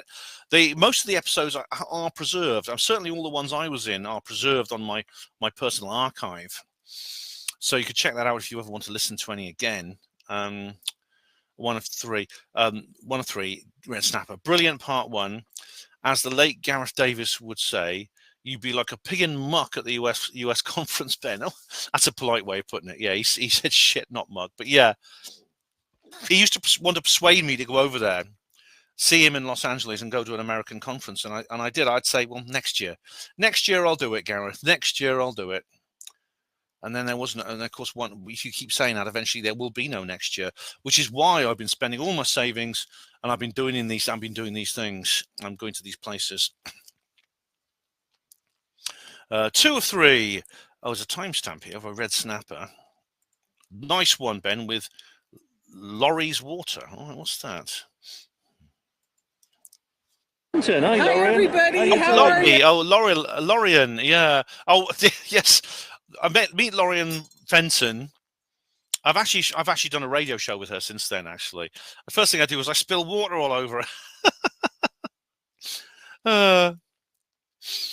Oh dear, but she was all right about it. Yeah, it's just water, No use crying over spilled water. 8:17. Pleased to see a Tom. What's this? A gentleman of colour at a conference that's so clearly whitewashed. Oh no, Red Snapper. He was a guest of mine, so that's what's his? God, that's Todd Curtis. What do you mean a Tom, a gentleman of colour? Oh, you're not going to do this. Oh, you're not serious. You're not serious. Oh, there's so many white people there. It's disgusting. We need to get rid of these white people and replace them with people of colour. We need to socially engineer the commons to exclude these disgusting white males. Now, I know you don't think that. I know you're being sarcastic, Red Snapper. 2 of 3, Red Snapper. How brilliant it must have been to attend the Hollywood Disclosure Alliance after party. Even Nick Pope got along with you. Very nice of Dan to invite you. It was indeed. I'm very grateful about that. And it was cool. It was a really cool couple of hours I spent up there. I didn't film anything. I didn't record anything because it wouldn't have been appropriate. But yeah, I do describe it in the video what it was like. And 3 of 3. Nothing as it seems. Hey, nothing. How you doing, mate? How are you doing? Given the low atmospheric pressure and cold temperatures of Mars, a high salinity would be necessary to keep the water in a liquid state. One of the saltiest bodies of water on Earth is in Antarctica. The briny water on Mars would likely be too salty for most known terrestrial life forms to survive. I was looking into claims by scientists about a wobble similar to the Earth's and a changing tilt angle towards the sun as a reason for climatic change. So I thought I would look into what Peter Robbins had to say about liquid water on Mars. Yeah, I mean, that I did find a bit incredulous. I mean, Peter's talk was fascinating. And when it comes to the past environment of Mars, I'm quite open to it. But then Peter also described the present environment. He pointed to photographs from space, from orbiting spacecraft that look like forests and like patches of liquid water. Now that is, if that were true, it would mean, I would say the only way you could explain that, because I mean, you would have to have what would happen is NASA and the other space agencies who visited the planet would have to be lying, and all those other scientists who studied it would have to be lying about the environment. That is, that really the atmospheric pressure is higher. As for temperature, I mean, as you say, it's very saline water can remain liquid even at very low temperatures, but there comes a point where you're getting down to at minus 80, minus 90 degrees, where any kind of water will freeze. So I did find that bit slightly less credulous, like credible. 2 of 3 hybrid ladies. Was that Mercedes? Oh, Mercedes Lucky Benedict. I just get these feelings about people. Funny enough, they disappeared for the whole day, but they turned up again. Actually, hybrid lady. No, I didn't think they were hybrids. I mean, UFO Joe was like UFO Jim was like talking to them, and after he came to me afterwards and he said, I mean, it's not a secret. I mean, he was quite public about this. He even mentioned it in his speech. He said, Ben, those girls are hybrids. And I don't know. I talked to them. They look like perfectly normal sort of young women. Quite glamorous. I mean, I wouldn't say attractive, because I can't think of women that young in those terms. They were younger than my daughter. They were like mid-20s, and they said one was 26 and the other was 25. But they were like well polished, well groomed, quite slim young women, quite normal looking.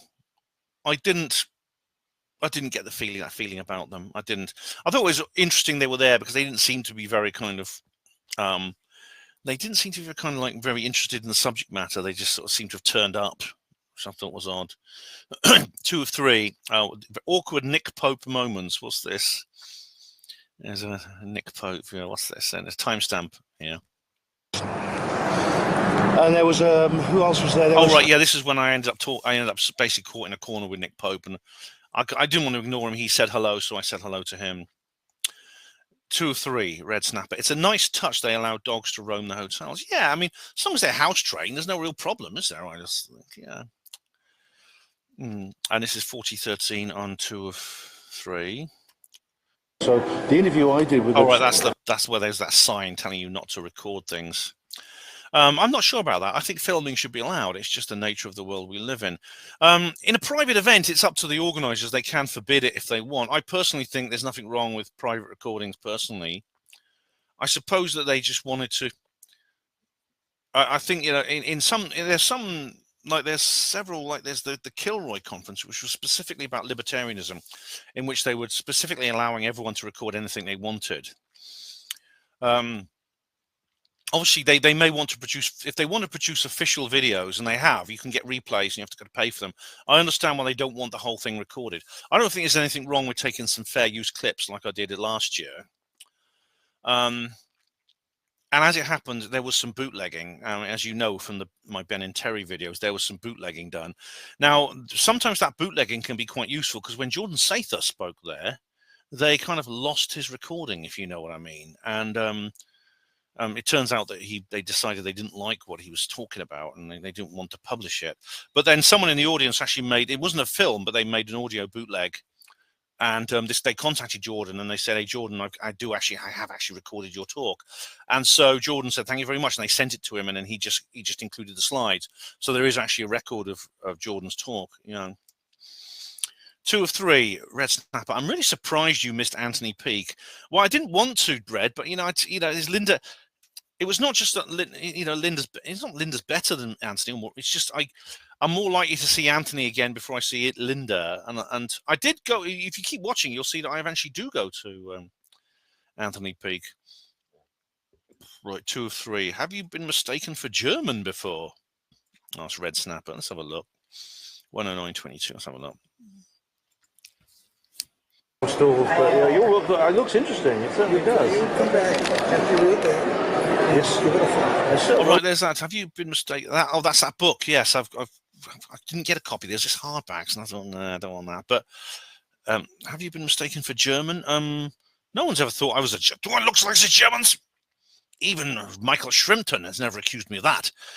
And Red Snapper asks again, lol, have you been mistaken for German before? That Richard Colson guy. Was he German? I think he just sounded like a normal American to me. 2 of 3, Red Snapper. Interesting, the DUMs of Sedona. Do we have DUMs in Britain, deep underground military bases? Yes, we do. I try. If you remember my series, Peasmore, I did 4 Peasmore videos. I tried to find evidence of one of them. It's an old one. My confession, a reply to Stefan Molyneux. Red Snapper says, I'm also an empath, Ben. Oh, bless you. It's not easy, that. It's not an easy life being an empath, I'll tell you. Ben in the Desert 2, part 3 of 3. What's this now? It's a long one. Oh, that's the train, yeah. It's a long one. That's what she said. Ooh, matron. David Smith says here on 3 of 3, you need to upgrade your camera for next time, Ben. Then you'll be giving everyone camera envy. I will. I mean, the thing is, like I said to Patrick and Vetted, it's very convenient. I mean, you just slip it into your pocket and that. Yeah. Oh right, Crafty Nihilist says here that I mentioned she recognized Lucille Ball and Desi Amaz. There's the photographs in the hotel. I only recognised Nat King Cole. I didn't recognise the others, and Angela Lansbury. But yeah, Crafty. Oh right, yeah. I've been trying to call the Crafty Nihilist. Yeah, but I've got the other Crafty Nihilist, Mark. Yeah. 2 of 3. Paul Wills said, great part 2, Ben. You really did get a lot in during this conference. Thanks, mate. Looking forward to part 3. You're welcome. You're welcome, Paul. Glad you enjoyed it. And Paul Wills says on 3 of 3, Ben, this has to be your most successful conference ever, considering the high quality talks you attended at this one conference alone. Really looking forward to your Wiltshire trip, and maybe you get to Skywatch on the top of Knapp Hill. Thank you very much, Paul. As it happened, Miles has cancelled the bases conference, unfortunately. But I did get to Skywatch last weekend in South Wales at the, well, there's a video coming up about that. Reply to comments 11. Oh, this is from July 2017. What's this? A timestamp by Red Snapper, lol. New Larry Warren in his own worst enemy. Oh, excuse me. He has changed his story more times than Katie Price has changed her tits. No, yeah, someone's having a go at Larry there, and I was like, yeah. Reply to comments 11 again. Oh, I know what this is about. Was the 1735 Witchcraft Act the first skeptic law? Was it benevolent? Right. Yes, it was a kind of the first skeptic law because it mentions those who pretend the conjuration of spirits. Was it benevolent? No. It was essentially enforcing the skeptic worldview by law, and it meant that the people, either genuine mediums who the skeptics say don't exist, would be assumed to be fake, and then they would be. I mean, the very name Witchcraft Act is like medieval, even though it's a post-medieval law, So no, it wasn't benevolent. Over the Moon says on Ben and Terry. All right. It's quite a long quite a long one here. The AI genie is well and truly out of the bottle. Any attempts to rein it in are mere exercises in futility. For most, AI is nothing more than an enhanced search engine or a glorified personal assistant, bound not by technological constraints, but by the paucity of human imagination. And let's be honest, most people's imagination is woefully stunted. To harness AI for more than a fraction of its potential requires more than casual engagement. It demands proficiency in algorithm awareness, prompt engineering, data literacy and programming skills, analytical thinking, critical evaluation, pattern recognition, problem solving, tool familiarity, experimentation, and cross-disciplinary thinking. Without these, AI remains shackled to trivial tasks, summoning the nearest pizza joint or generating gimmicky deepfake content rather than the shifting force it's poised to become.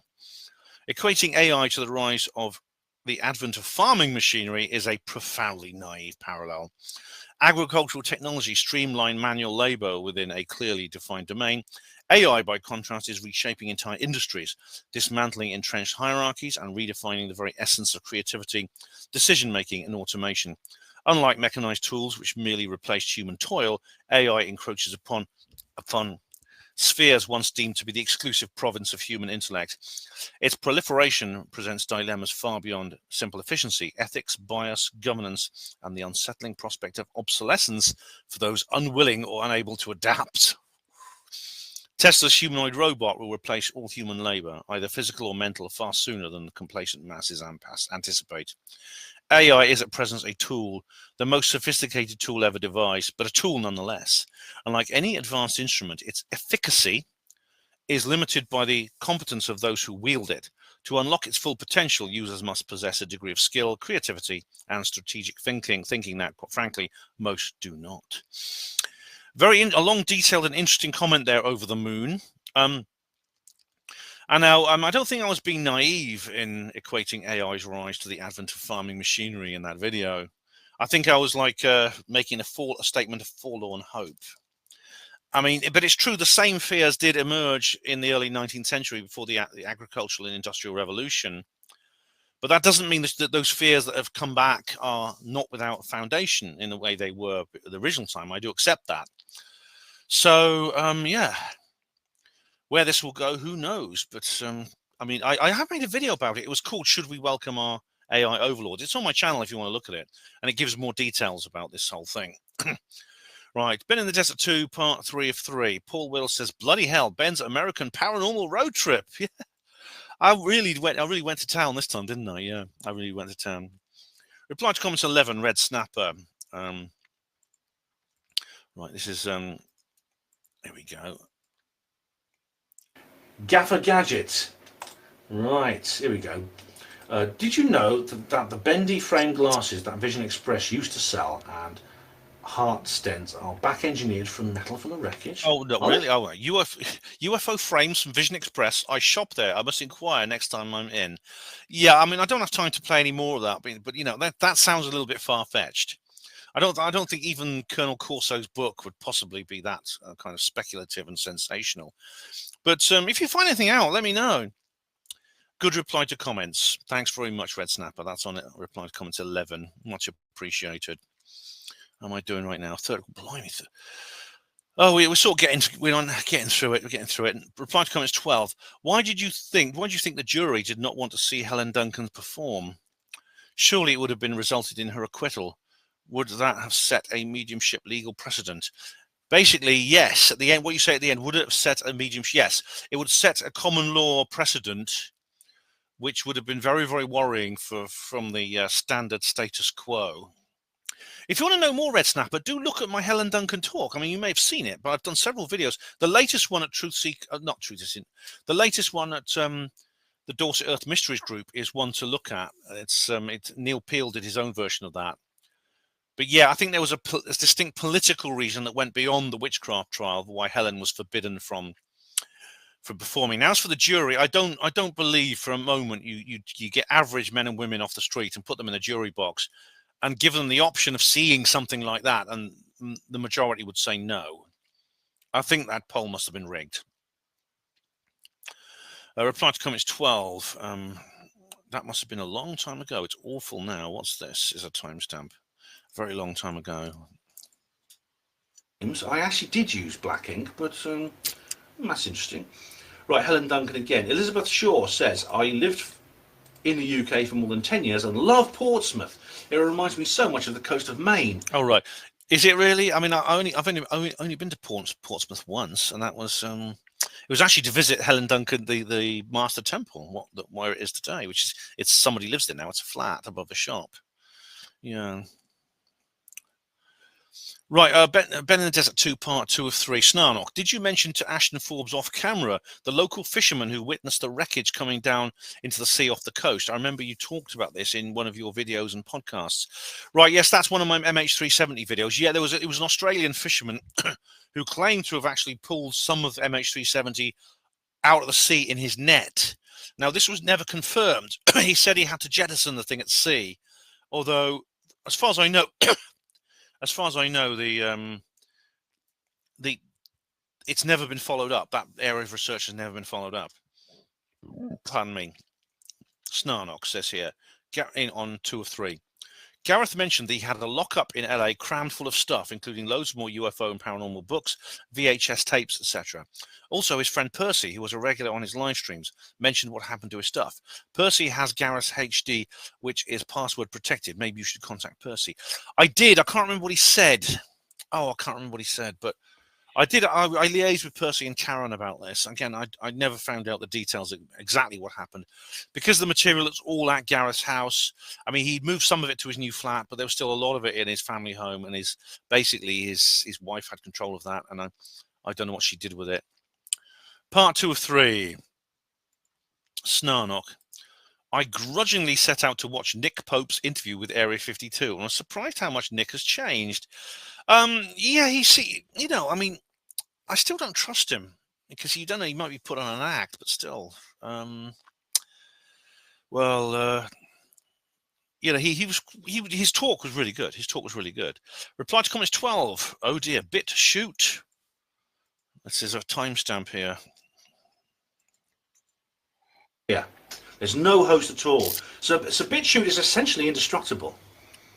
So please do join BitChute as well. Yeah, BitChute has improved since then. I don't think it's still blockchain. I think it's something else.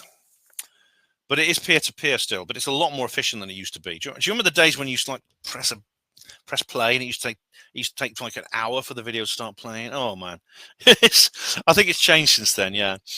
2 of 3. Snarnock. I enjoyed watching The Arrival 1996 and the sequel as well, Ben. I thought the scene in the lift was hilarious.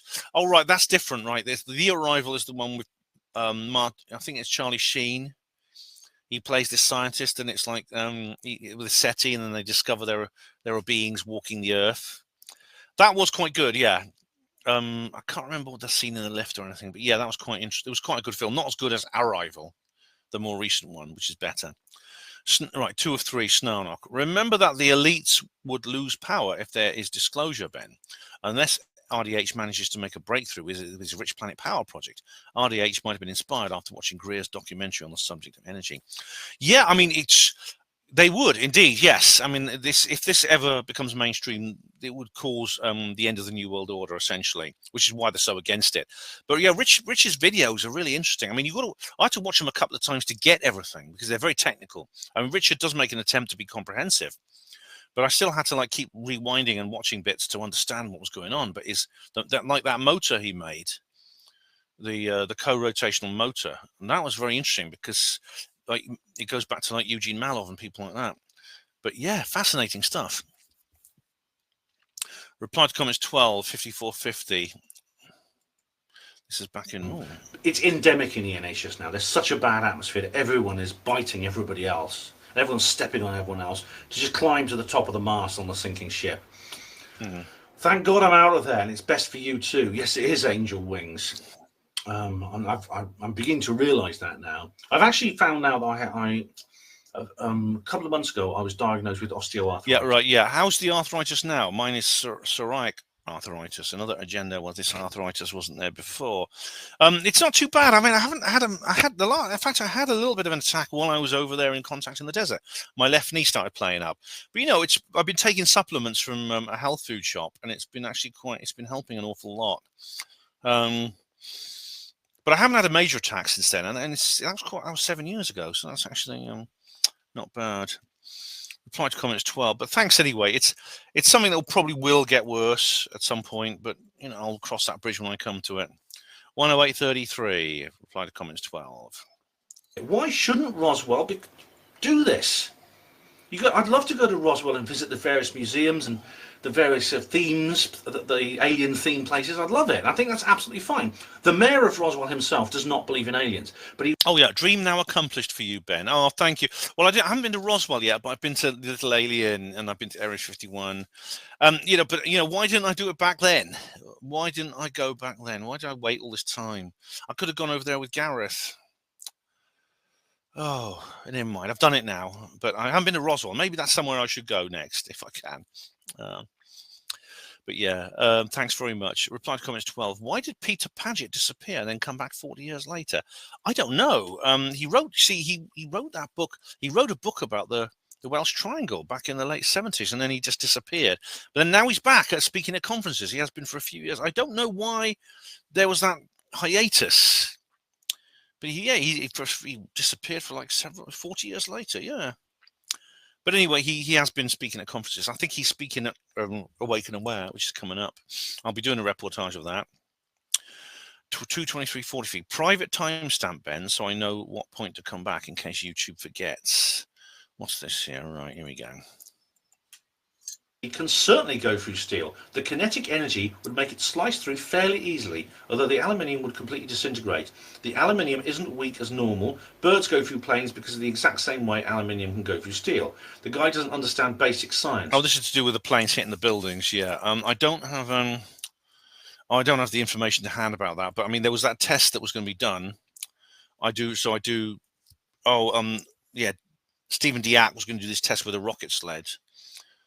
But there have been experiments done like where the tensile strength of the steel and aluminium, when you put them together, it doesn't make sense that the aluminium will break the steel.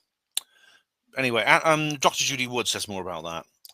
Right, gin skin pivot 2:54:43.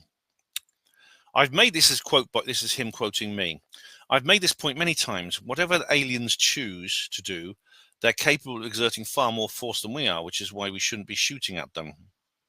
Okay, and Jin says here, okay, we get that you personally know these are aliens, but precisely how do you know that and their aggressive response capability? Be specific, it's important. All right. Maybe if they're not aliens, then what are they? They're obviously something that is not human. How do I know what their aggressive response capability is? Because of the things like the mutes, the cattle mutilations, because of the way they can control machinery, because of the way they can control human thought, and the maneuvering capacity of their craft. And there's more. So I hope that's specific enough for you. Right. 2 of 3, Jim Skin pivot again. MH370 orbs. Yeah, assuming this is based on the Regicide Anon video, how did you satisfy yourself that the plane was MH370, Ben? Right. I don't specifically. I know it's a Boeing 777. I have looked at also, as I said to Ashton, I've looked at Jeffrey Thomas and Richard Godfrey. On their videos. I've looked at Jeff Wise. I have looked at all sides of the story before, but then I've looked at, I think Ashton Forbes is right. Okay, if that's your point, if that's what you're hinting, I think that those videos are real. I've done several videos about this at the 10th anniversary, if you want to watch that, Jen. But Jen says here, I won't labour the point I've made elsewhere, but this is more of a double standard, more of your double standard.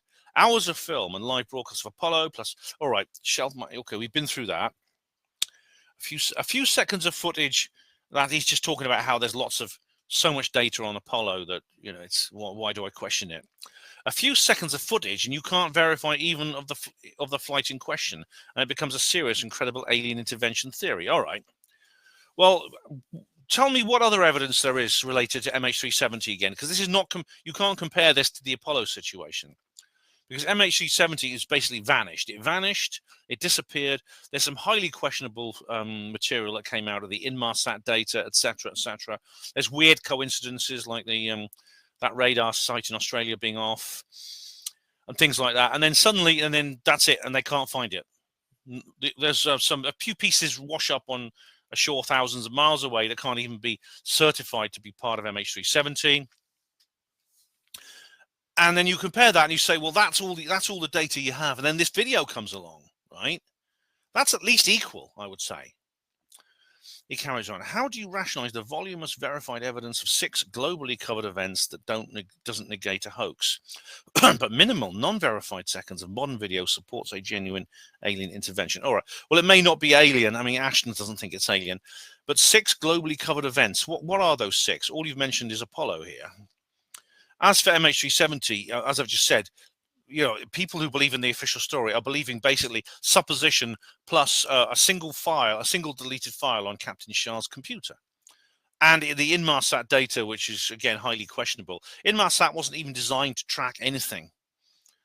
It was the data was adapted to supposedly, just measure the range of the aircraft. They couldn't measure. They can't get a bearing on it. It's just measuring the range of the aircraft. That's why there's these arcs. Yeah. 2 of 3 of 3. Mission accomplished. Thank you, Paul. That's on 3 of 3. And Mendoza Media. All right, Mendoza Media. All right, yeah. This is the lady. This is a lady. She's got a YouTube channel, and she was at the event last weekend at Westcastle Lighthouse. She says, "Hey." I says, "Good to meet you." Yeah. Bob's to the blind. Oh God, 3 of 3. Bob's to the blind Beagle Terrier. Here we go. But Ben, a guy called Johnny Nigma, who became mayor of Brecon in Wales, was a conspiracy nut. He sent me a tape of John Mack, who back in the pre-internet was a big ufologist. Unfortunately, my brother stole a load of my stuff when I moved to the west coast of Ireland, and the tape is gone. It's all very interesting, and I don't know how Johnny became mayor, but he erased all his internet conspiracy stuff, including a website. Yes, it is all controlled now. Right. I don't think it's a secret about Johnny. I mean, he's never told me to keep this quiet. He's never pretended. But yeah, hang on. Just Google Mayor of Brecon. Maybe I shouldn't. Is he still there? I don't know. Oh.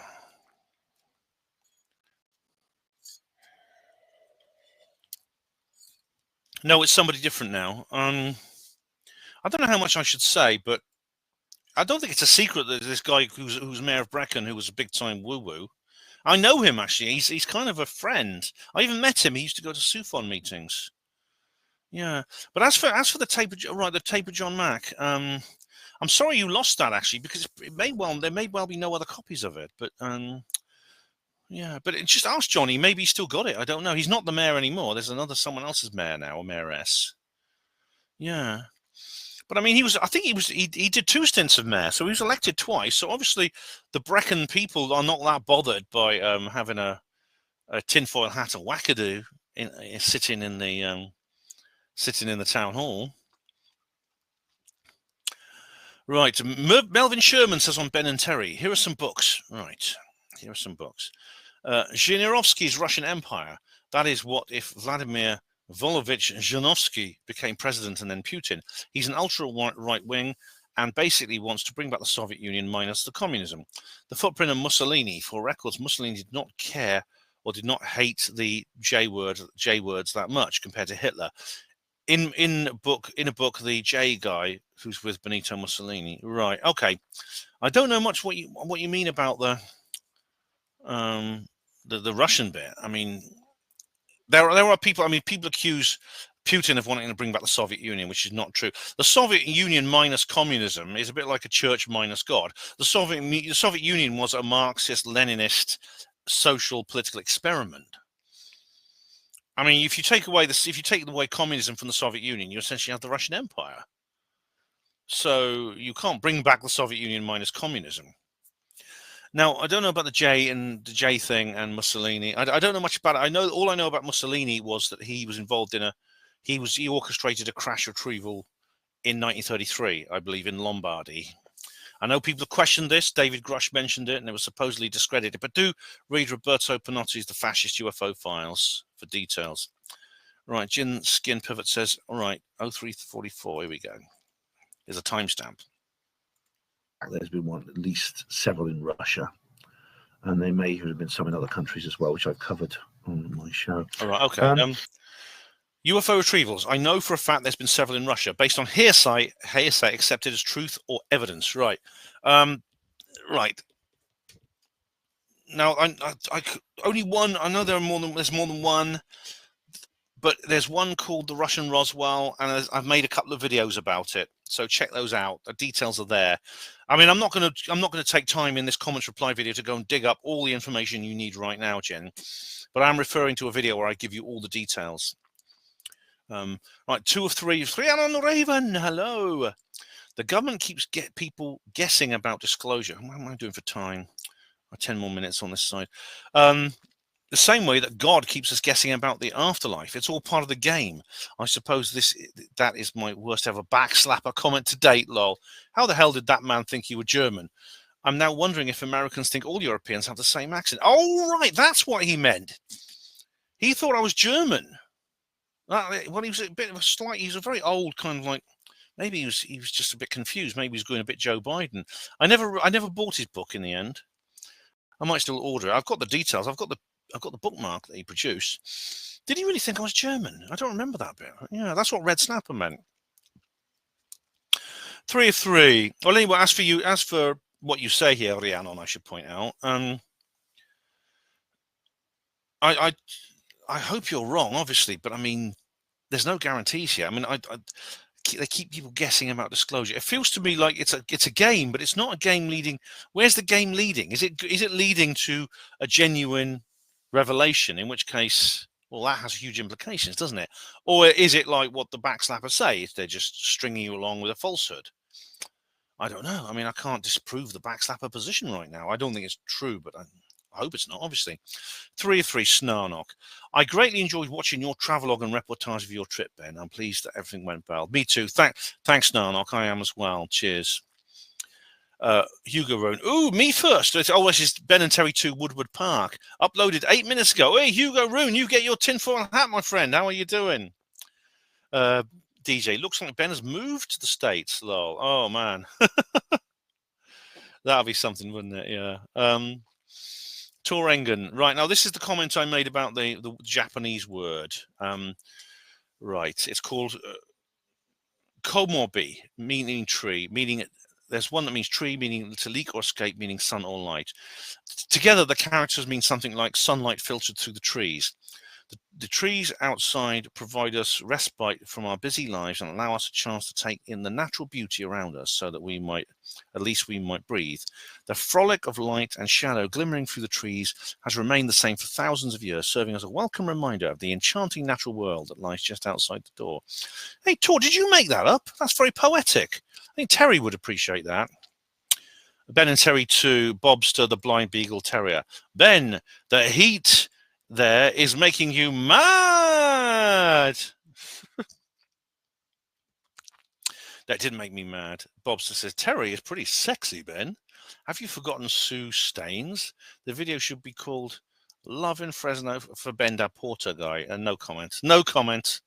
Reply to comments 12. What's this? So thank you. And Clorox Bleach says, on Don't Eat Pringles, every single food in America has to meet FDA requirements, so basically it can't be worse than any other food you eat. Maybe that's true. I've actually changed my mind a bit since I made that video. That was a very old one, that one. Right, peas more... Oh, right. Can I explain why I changed my mind on the Pringles video? In what context?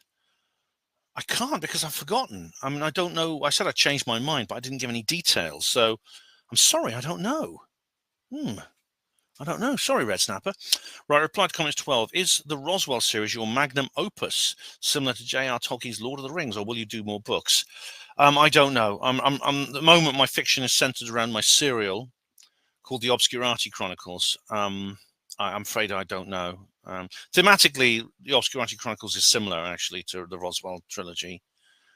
I don't know. I really don't. I don't really know what the future holds right now. 2 of 3, Jim Skin Pivot. Project A119 was confirmed more than 20 years ago, Ben, and it was originally a 1958 US Air Force plan. Carl Sagan was part of the research team. Right. What was Project A119? What was that referred to? So you don't give a timestamp or anything here, Jin. Let's have a look. I'll have to Google it. Project A119 is it known as a study of lunar research flights, a top secret plan developed by the US Air Force. The objective was to detonate a nuclear bomb on the moon, right? Primarily as a demonstration of US military might that might boost domestic morale after the Soviet Union's early successes in the space race. Right, all right. So it was confirmed, right? You are. So it actually did exist, and Carl Sagan was involved, right? Okay. Thanks for the information, Jin. Right. Oh, this reply to comments 12. Is this Steve mumbling? Oh, my goodness me. Let's give a brief reply there. Steve mumbling. My goodness, I couldn't have waited another moment. Have I really known Steve mumbling for more than 7 years? Wow. Have I really known him that long? My God. Doesn't feel that way. Good reply to comments. Thanks very much. Thanks a lot. Thank you very much, Red Snapper. Red Snapper, 3 of 3. Hermetic penetrator sounds a bit dodgy. Oh, I thought even Kelly thought that was funny. First, says Red Snapper, on Emlyn-Jones at the West Usk Lighthouse Conference 2025. Gold tinfoil hat for you, another one. Second, says DJB2. Ooh, that is a silver tinfoil hat for you. Count Kafka says on Usk Lighthouse, the boy gets around. I certainly do, don't I? I certainly do. That's DJ says here on West Usk. I have recently rewatched the Alien Invasion themed TV show Colony from 2015 to 2018. There are some predictive programming in it, especially the final season 3. It was supposed to run for 5 seasons. It's not a bad show. Shame it ended on a cliffhanger. Oh, right. I've not seen that. But you know what? When shows end like that very suddenly, they're often cancelled because some of the information they're giving out or some of the themes are just a little bit too close to the wind. A good example is Utopia. Both the original, that is the Channel 4 series, and the Amazon one set in the US, they were both cancelled before the end. That the British one was cancelled after the 2nd season, and the American was cancelled after the 1st season. If you watch them, especially the clips, there's lots of clips about the bad guys talking about a certain medical procedure, which is a little bit too topical because these came out in the early this decade. Gary Robinson says on West Usk, I only ever visited the UK twice during the years that I was living in Mexico, but used to feel like the colours over there were more vivid than colours in the UK. I'm mentioning this because of what you said about your senses now you're back in the UK. I used to feel homesick for Mexico in those days. Now I've been back a while, I don't have that vibe anymore. Oh, Gary, that's interesting because, you know, I have been through this kind of, I'm still feeling it now, this kind of really weird, this very weird feeling of like detachment or reality shifting. And I mean, I know it's got a lot to do with the emotions I experienced which were very intense in my little trip over there. But it just seems, it's weird. I mean, I can even smell it now. There's this weird smell in the air, and everything looks different. Everything sounds different. I mean, I'll talk to you about it more tomorrow when I see you. Stephen Seagull. Right, this is on West Usk. We Welsh, you know, we resent this stretch of ocean. All right. The 7. All right. I know this is about the name of the stretch of water, but all right. 7 is already its Anglo-Saxon name elsewise, Old English safer, just like the word Welsh, which means an English word meaning a Romanized Celt. Little Boudica moment aside. I've always wondered why Wales use an ancient Anglo-Saxon word for themselves rather than Cymro or something. Oxford boy Tolkien taught so much about ancient languages and myths of this country, from English Futhark runes to Brittonic. Okay. Well, firstly, the Welsh use that word only when they're speaking English. Now, as you know, I've complained several times about, if you watch my Senedd video, that they're trying to abolish the word Wales and Welsh. And so it would always be called Cymru and Cymraeg, which I oppose. The only reason they use this word is because they're speaking that particular language. This language descended from Anglo-Saxon.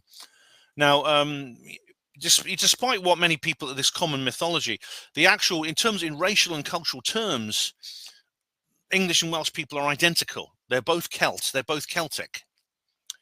So when people say, "Oh, I'm a Celt," you know, well, so is someone who lives in East Anglia. The word Celt doesn't refer to any kind of racial or cultural group in the modern world.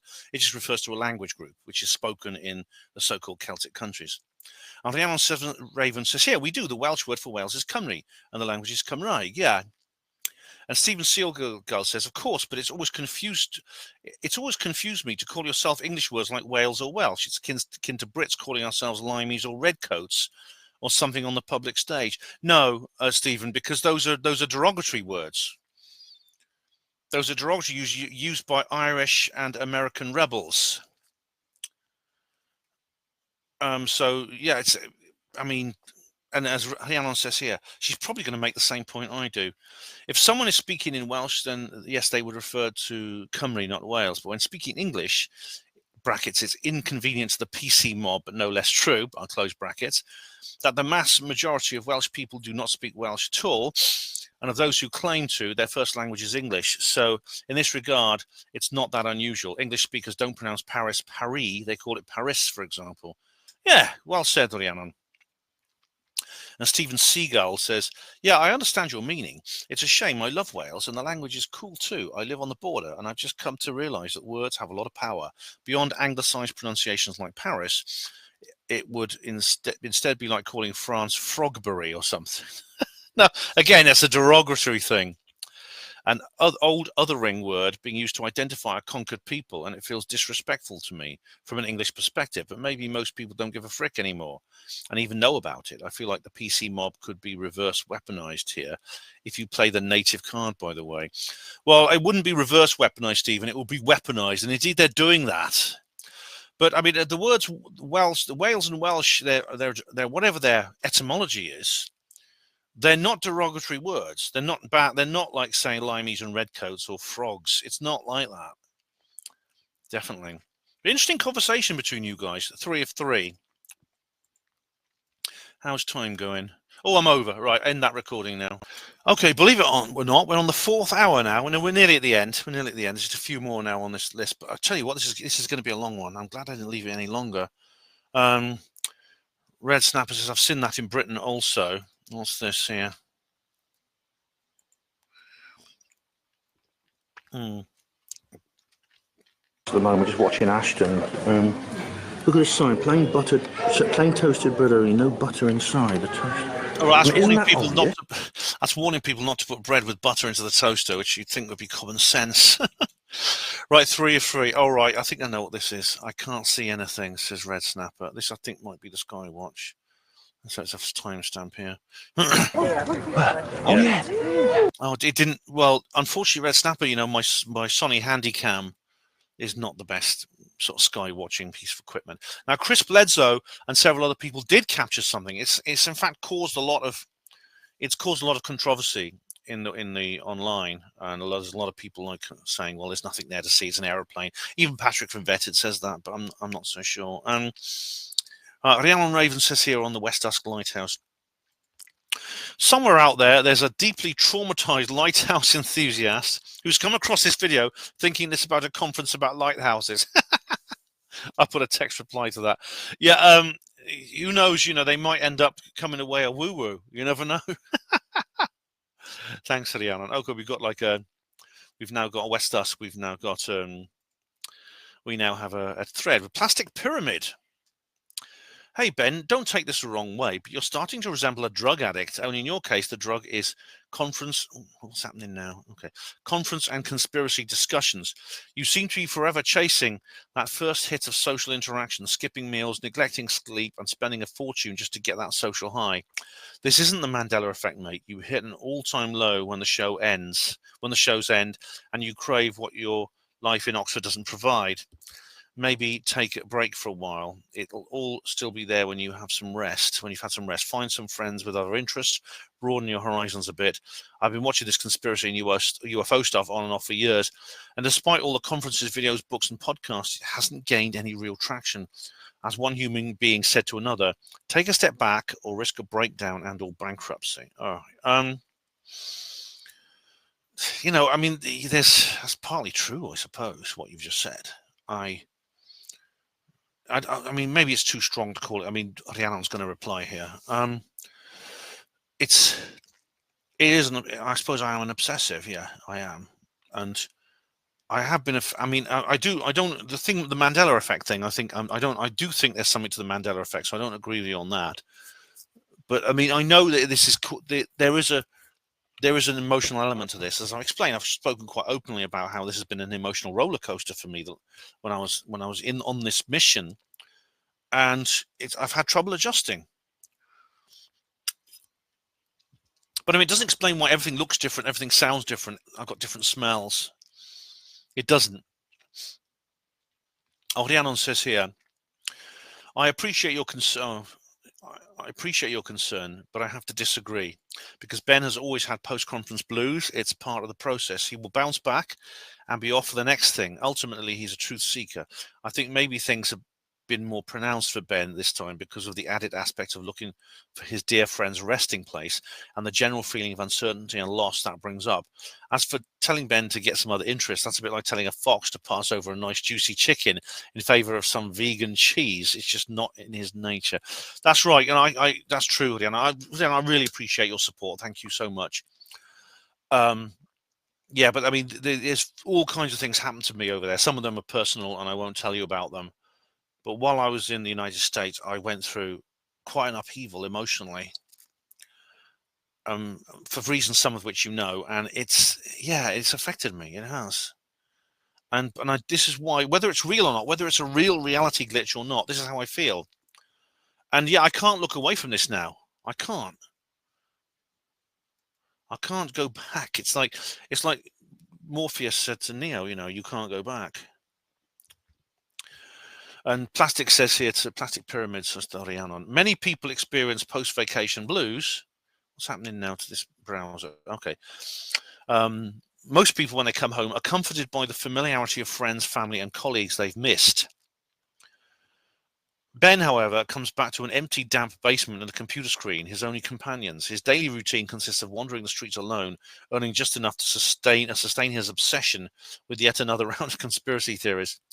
The conspiracy theorists he follows aren't really his friends. They're just like him, hoping for that elusive breakthrough, aiming to be the next Alex Jones or David Icke. Their audience is small, made up mostly of people who are waiting to take the stage in a church hall or appear on camera next.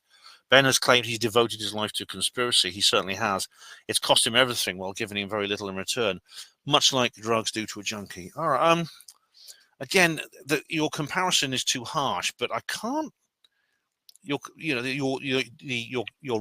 simile, your comparison, it's not quite as bad as that, drugs, right? But I can't disagree with you, really, on what you said about me here. I can't. It's true, I think. That's not an appeal for pity or sympathy, but it is a fact. And Paul says here, yeah, I have to agree with you. He's chasing the next dopamine hit. Needs to take a step back for a while, although I'd miss his reportage like this one. I mean, how am I supposed to do this? As Rhiannon puts very well, you know, am I supposed, and Patrick says, oh, go and find some friends with different interests. I mean, go and watch football? Go and watch soap operas? I can't get excited about that thing. Look, I'm a working class guy.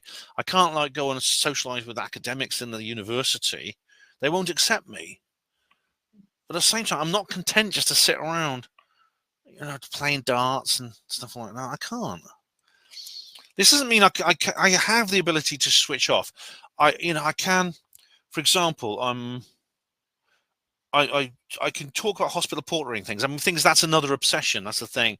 But I do a weekly show about hospital portering. I have a hospital portering blog. I don't know if that counts as switching off or broadening horizons. I don't. But anyway. But Rhiannon, Plastic Pyramid, thank you for your comments. Paul is a little bit snide here, but I'm glad you. But Paul, you know, I mean, I don't think the reportages are likely to stop anytime soon. To comfort you there. What's this? Oh, for some reason this comment has come out twice. Okay, oh, Terry Joyce. Hey, Terry.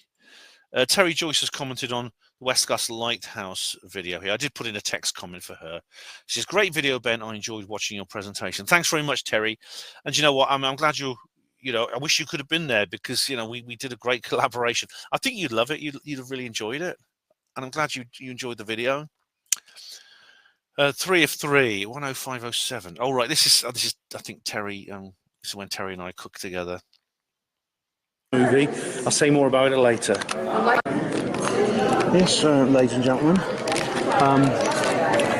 I'm in. Right, that is when I'm in the. Oh, right, sorry, I misunderstood.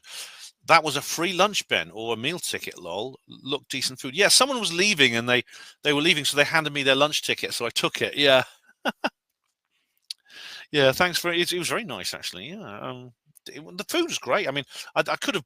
I mean, it was very expensive, but I mean, I was thinking of maybe doing that. Yeah, maybe just I got food from elsewhere. Ben and Terry, Sweeps Foxman, hey Sweeps. Oh, refreshing candor. Delightful. You two enjoyed this immensely. We did. Thanks very much, Sweeps. Much appreciated, mate. Much appreciated. And right, Westcastle Lighthouse. Sweeps Foxman says, bad mic sound, Ben, but I stuck with it thanks to the subtitles. You weathered through this. Well, good stage presence and overall production brought us there. Thanks and thumbs up. Thanks very much, Sweeps. Unfortunately, I didn't have the proper sound equipment, but yeah, I did. Yeah. Neil Peel, you're about 5 miles away from my brother who lives near the Celtic Manor golf course. If they need a speaker for next year, let me know. I could tie it in with a visit to my brother. Glad you had a nice time. Thanks, Sweeps. Yeah, I mean, that'd be cool, wouldn't it? Yeah, it'd be cool.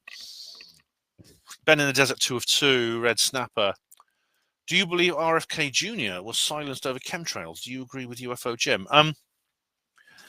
Well, did Jim say that?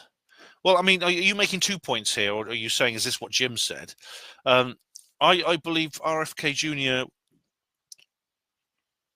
I don't know. I mean, I don't know. I mean, he's still head of human services, but you know, the thing is, like, I've been the whole Trump administration thing. I mean, I'm starting to feel disappointed because I mean, we're in a pivotal point. I mean, this is going to be difficult for me if it goes the wrong way, as well as difficult for the world in general. But now Trump is now facing the ultimate test, which is the situation in the Middle East. We'll see how it goes. I will cover it on the channel, definitely. But UFO Jim, I don't agree with him about the hybrids, if that's what you mean. I don't know exactly what you mean there. Right, 1 of 3. UFO, all right, is there a UFO? Let's just have a look. I'll put this on share screen and we'll check it out. UFO 3 o'clock. Let's have a look.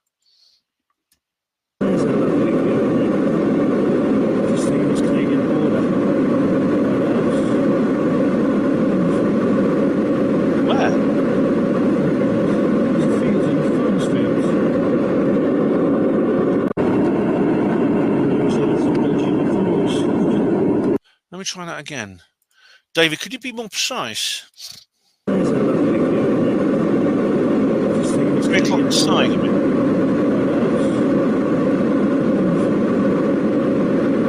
That was me filming. That was just me filming out of the window. I was just filming the ground. I can't see anything, David. Sorry. 2 of 3, Red Snapper. 2 books sold at the conference. Nice one. Thanks very much, Red Snapper. Much appreciated. Yeah, it was nice. I hope they enjoy them. Red Snapper. Stephen Greer's Skywatches are too much. Yeah, I mean, as I make the point, you know, why are they charging? What's he charged to just go along with him? I mean, I asked when I went to see Kaz Clark's Skywatch. I said, well, how much is it going to cost me? She said, just bring some beers.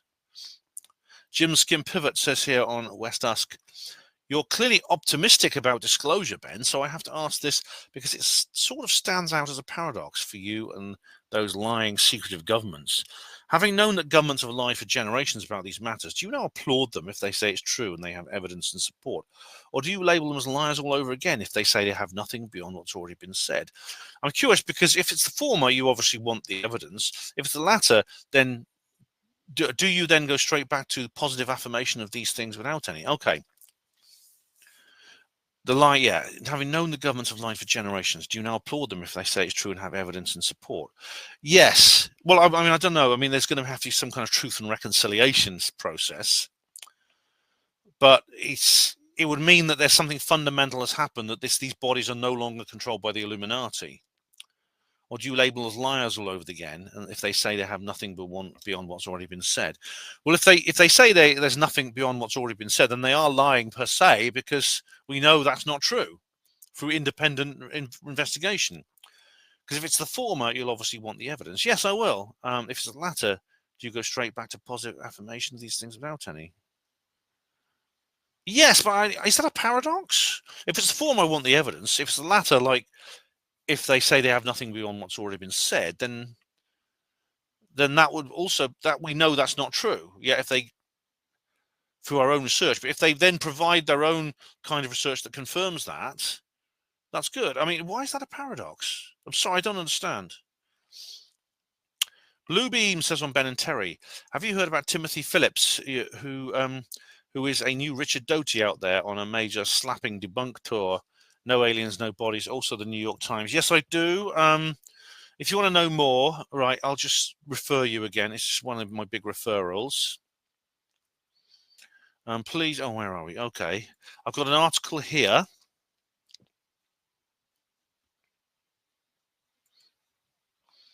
Here we go. This article, breaking news, UFOs were PSYOP. Just kindly watch that or read that. There's this radio show here, contact debrief continued. And there's the last, and there's this here, program 210 of Third Rail Radio. Are UFOs a government hoax? It's all covered there. All right. But this is, oh, I didn't show it to you. Sorry, I didn't show it to you. Let me just share screen. Here you go. So there you go. HPANWO Radio, Third Rail Program 210. Podcast 592, contact debrief, and here it is. So I should have just clicked backwards. There we go. There we are. UFOs were PSYOP. It's all in there. My whole position on that is in there. Basically, it's crap. He's talking rubbish. You know, it's all nonsense. 2 of 3. 7762 says, Ben in the desert. Thank you for your reportage. I'm only halfway through, but I'm really enjoying this. Oh, thanks, 7762. Much appreciated.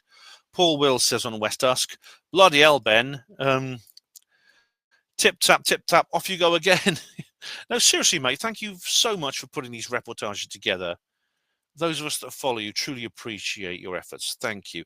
You're very welcome, Paul, and thank you too. And thanks for watching. Much appreciated. I'm glad you enjoy that. But yeah, I mean, I was straight home and I was off again, which probably helped, actually. Helped me cope with everything.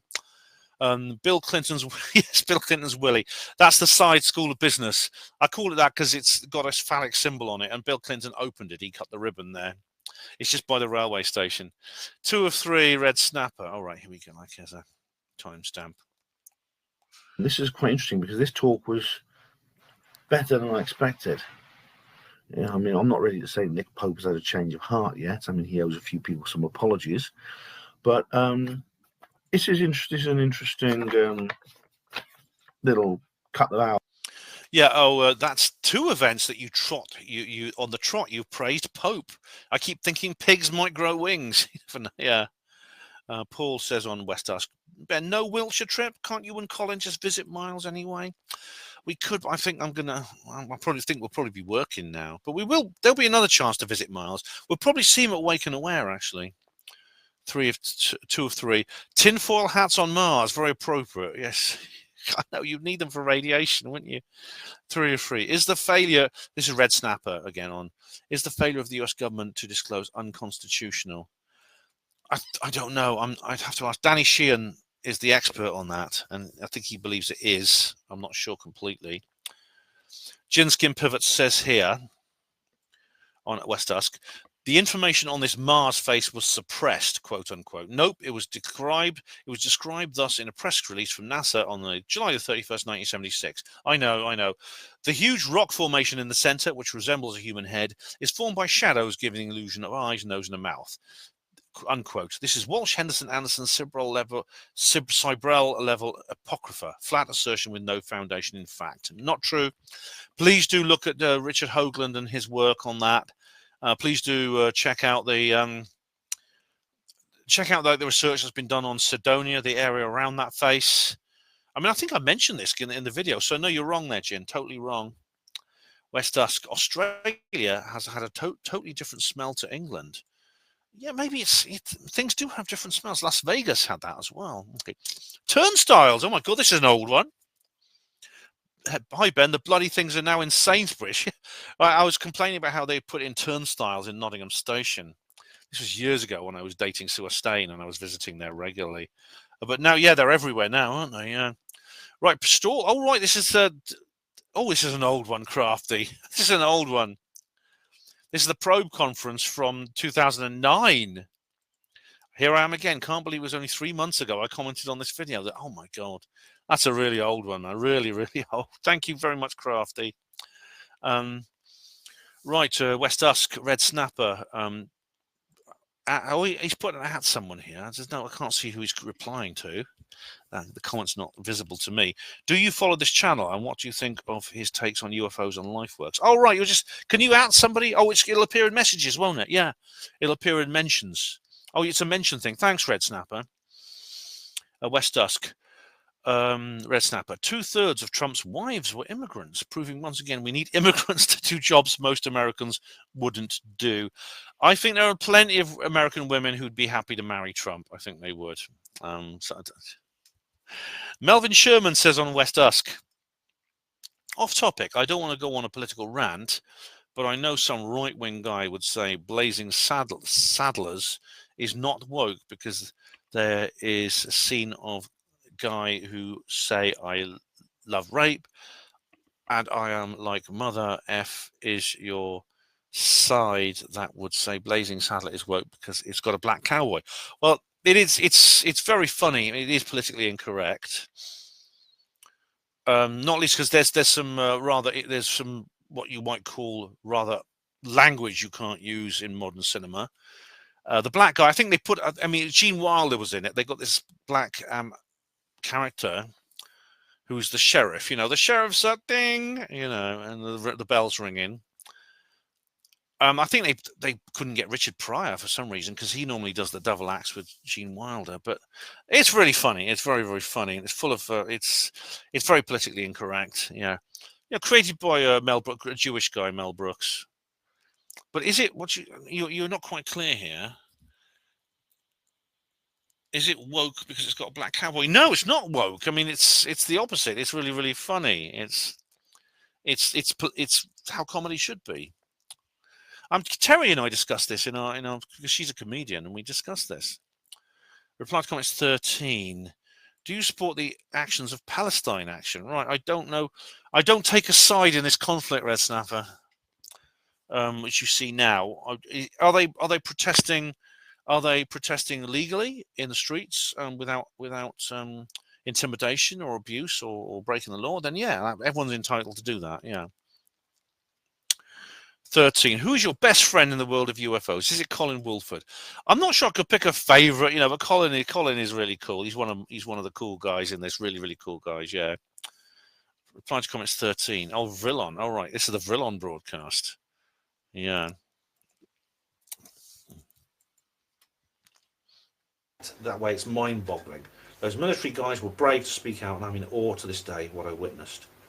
Well, I'd love to know more, Elaine. If you witnessed, firstly, you witnessed UFO in 1981, just after the RFI, and also this event you refer to may be the Vrillon broadcast. It sounds like the Vrillon broadcast. And if it was, then you're absolutely right. It was never solved. The police invested. Yeah, right. Do I believe it was real aliens? I don't know.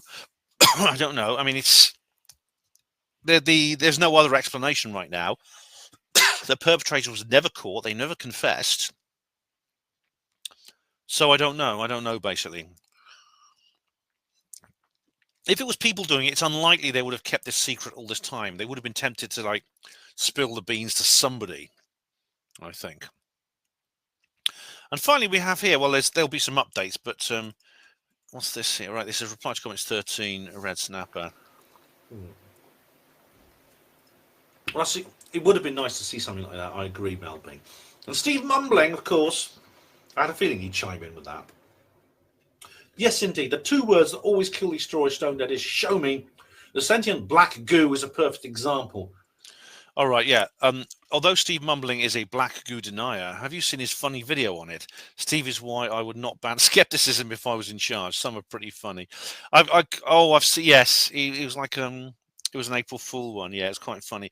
Yeah, I wouldn't. I would never ban skepticism, no matter what. Red, I wouldn't. I'm a libertarian. I believe in free speech.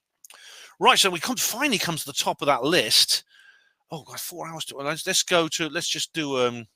I'm now just going to go to the notifications that have been posted since I started recording this over almost 4 hours ago. Well, probably about 4 hours ago because it's 7 p.m. now. Let's have a look. Right, here we go. Right, here we go. Right. Neil Peel says here on Ben and Terry, shame you never made it to Gareth's grave. Shame you never made it to Gareth's grave. Maybe the said website lists his possible resting place, might give his nationality and details to specify it further. Yeah, all I've seen is a gravestone and it's got his name on, which seems right. Paul Paul says, thanks. I'll be watching. Love Ben the JR Porter. Thank you very much, Paul. Yeah, thank you very much. Yeah, thanks a lot. Let's have a look. Thank you, Ben. I'll look out for it. Oh, thanks for it. This is another one. Thanks very much. Very much indeed, Paul. Much appreciated. 3 hours. Right, 3 hours ago. Did you ever get David Paulides on the show? No, I didn't. I've emailed him a couple of times. I mean, he'd be a good guest, actually. Yeah. I got a mutual friend. I'm sure I could arrange it. I'm sure I could. I've got loads of people I'm sort of like trying to get onto my show now. Right. Oh, and then we've come back to the Black Goo denier, Steve Mumbling thing. Okay, so that's it. Right. Phew. Well, I've got the old. Thank you all of you for those comments. Obviously, without you, this video wouldn't happen. It's self-explanatory. It's been a long one, and it's been some interesting comments this month indeed. So, and it's been worth doing it. I'm glad I didn't leave it longer. So yeah, keep them up. Keep these comments coming, and I'll keep making more of these reply to comments videos. And please do go to the my alt text sites, BitChute, Odyssey, Rumble, same channel, Ben the JR Porter. Because there's going to be an alt tech annex to this. I'm now going to go and make the alt tech annex. The alt tech annex will be answering comments on those videos that are a bit too risque for YouTube. So please do subscribe to me on those alt tech sites. So what's coming up next? Well, I'm going to go tomorrow. I'm going to the geoengineering protest in London. So there'll be a little video about that. I'll cover everything I can find. And I'll be meeting up with my friends there. So I'm looking forward to that enormously. Thank you all of you for watching HPANWO TV. Hospital Porters, Pride and Dignity. Stop the New World Order. Conspiracies, government cover-ups, Earth mysteries, monster cryptids, psyops, saucers and black triangles, HPANWO.